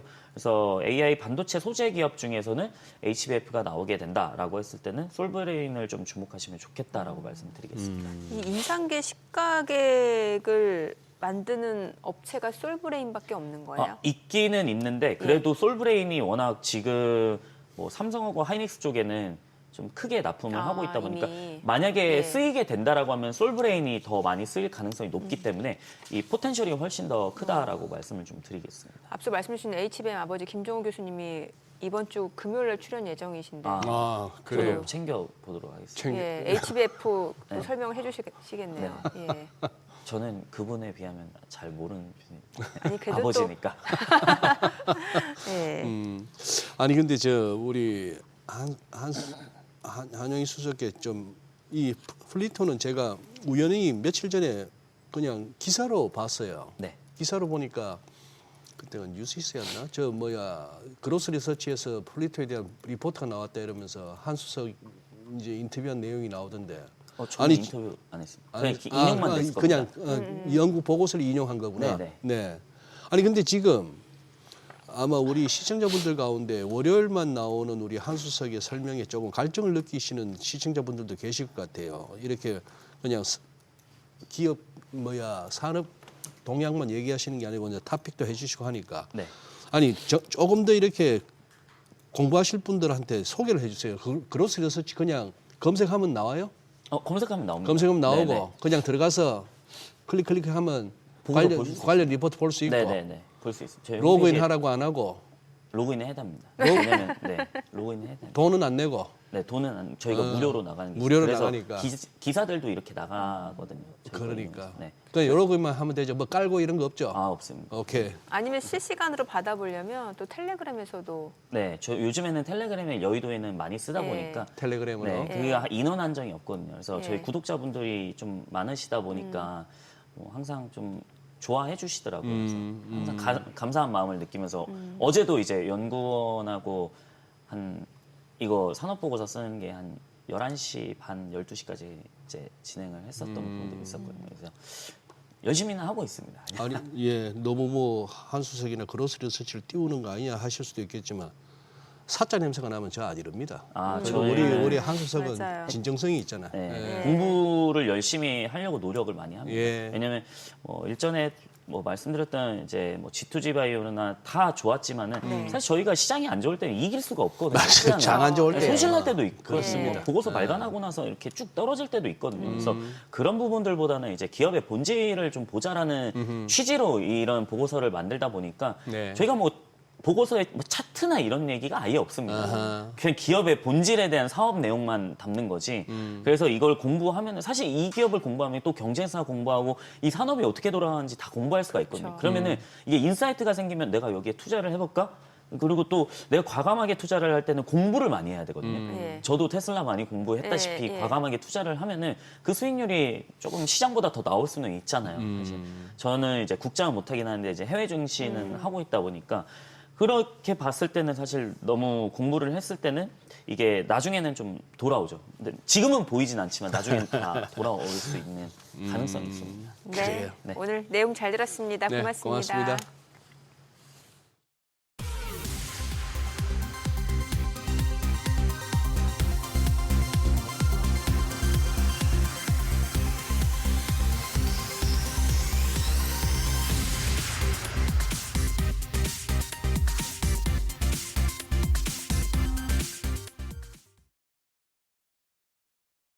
네, 오늘 지금 보니까 코스피가 4,064. 약간 음봉인 게 아쉽긴 합니다만 그래도 괜찮네요. 예. 예.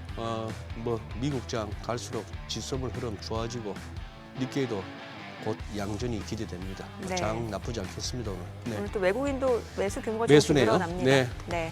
저희 방송 중에 전해드린 내용과 관련해서 모든 투자 판단의 책임은 투자자분들께 있다는 점 알려드립니다. 네, 세상의 모든 돈 되는 정보 머니쇼. 오늘은 여기서 인사드리겠습니다. 여러분의 모든 경제 SBS 비즈가 함께하겠습니다. 저희는 내일 오전 8시에 찾아뵙겠습니다. 고맙습니다.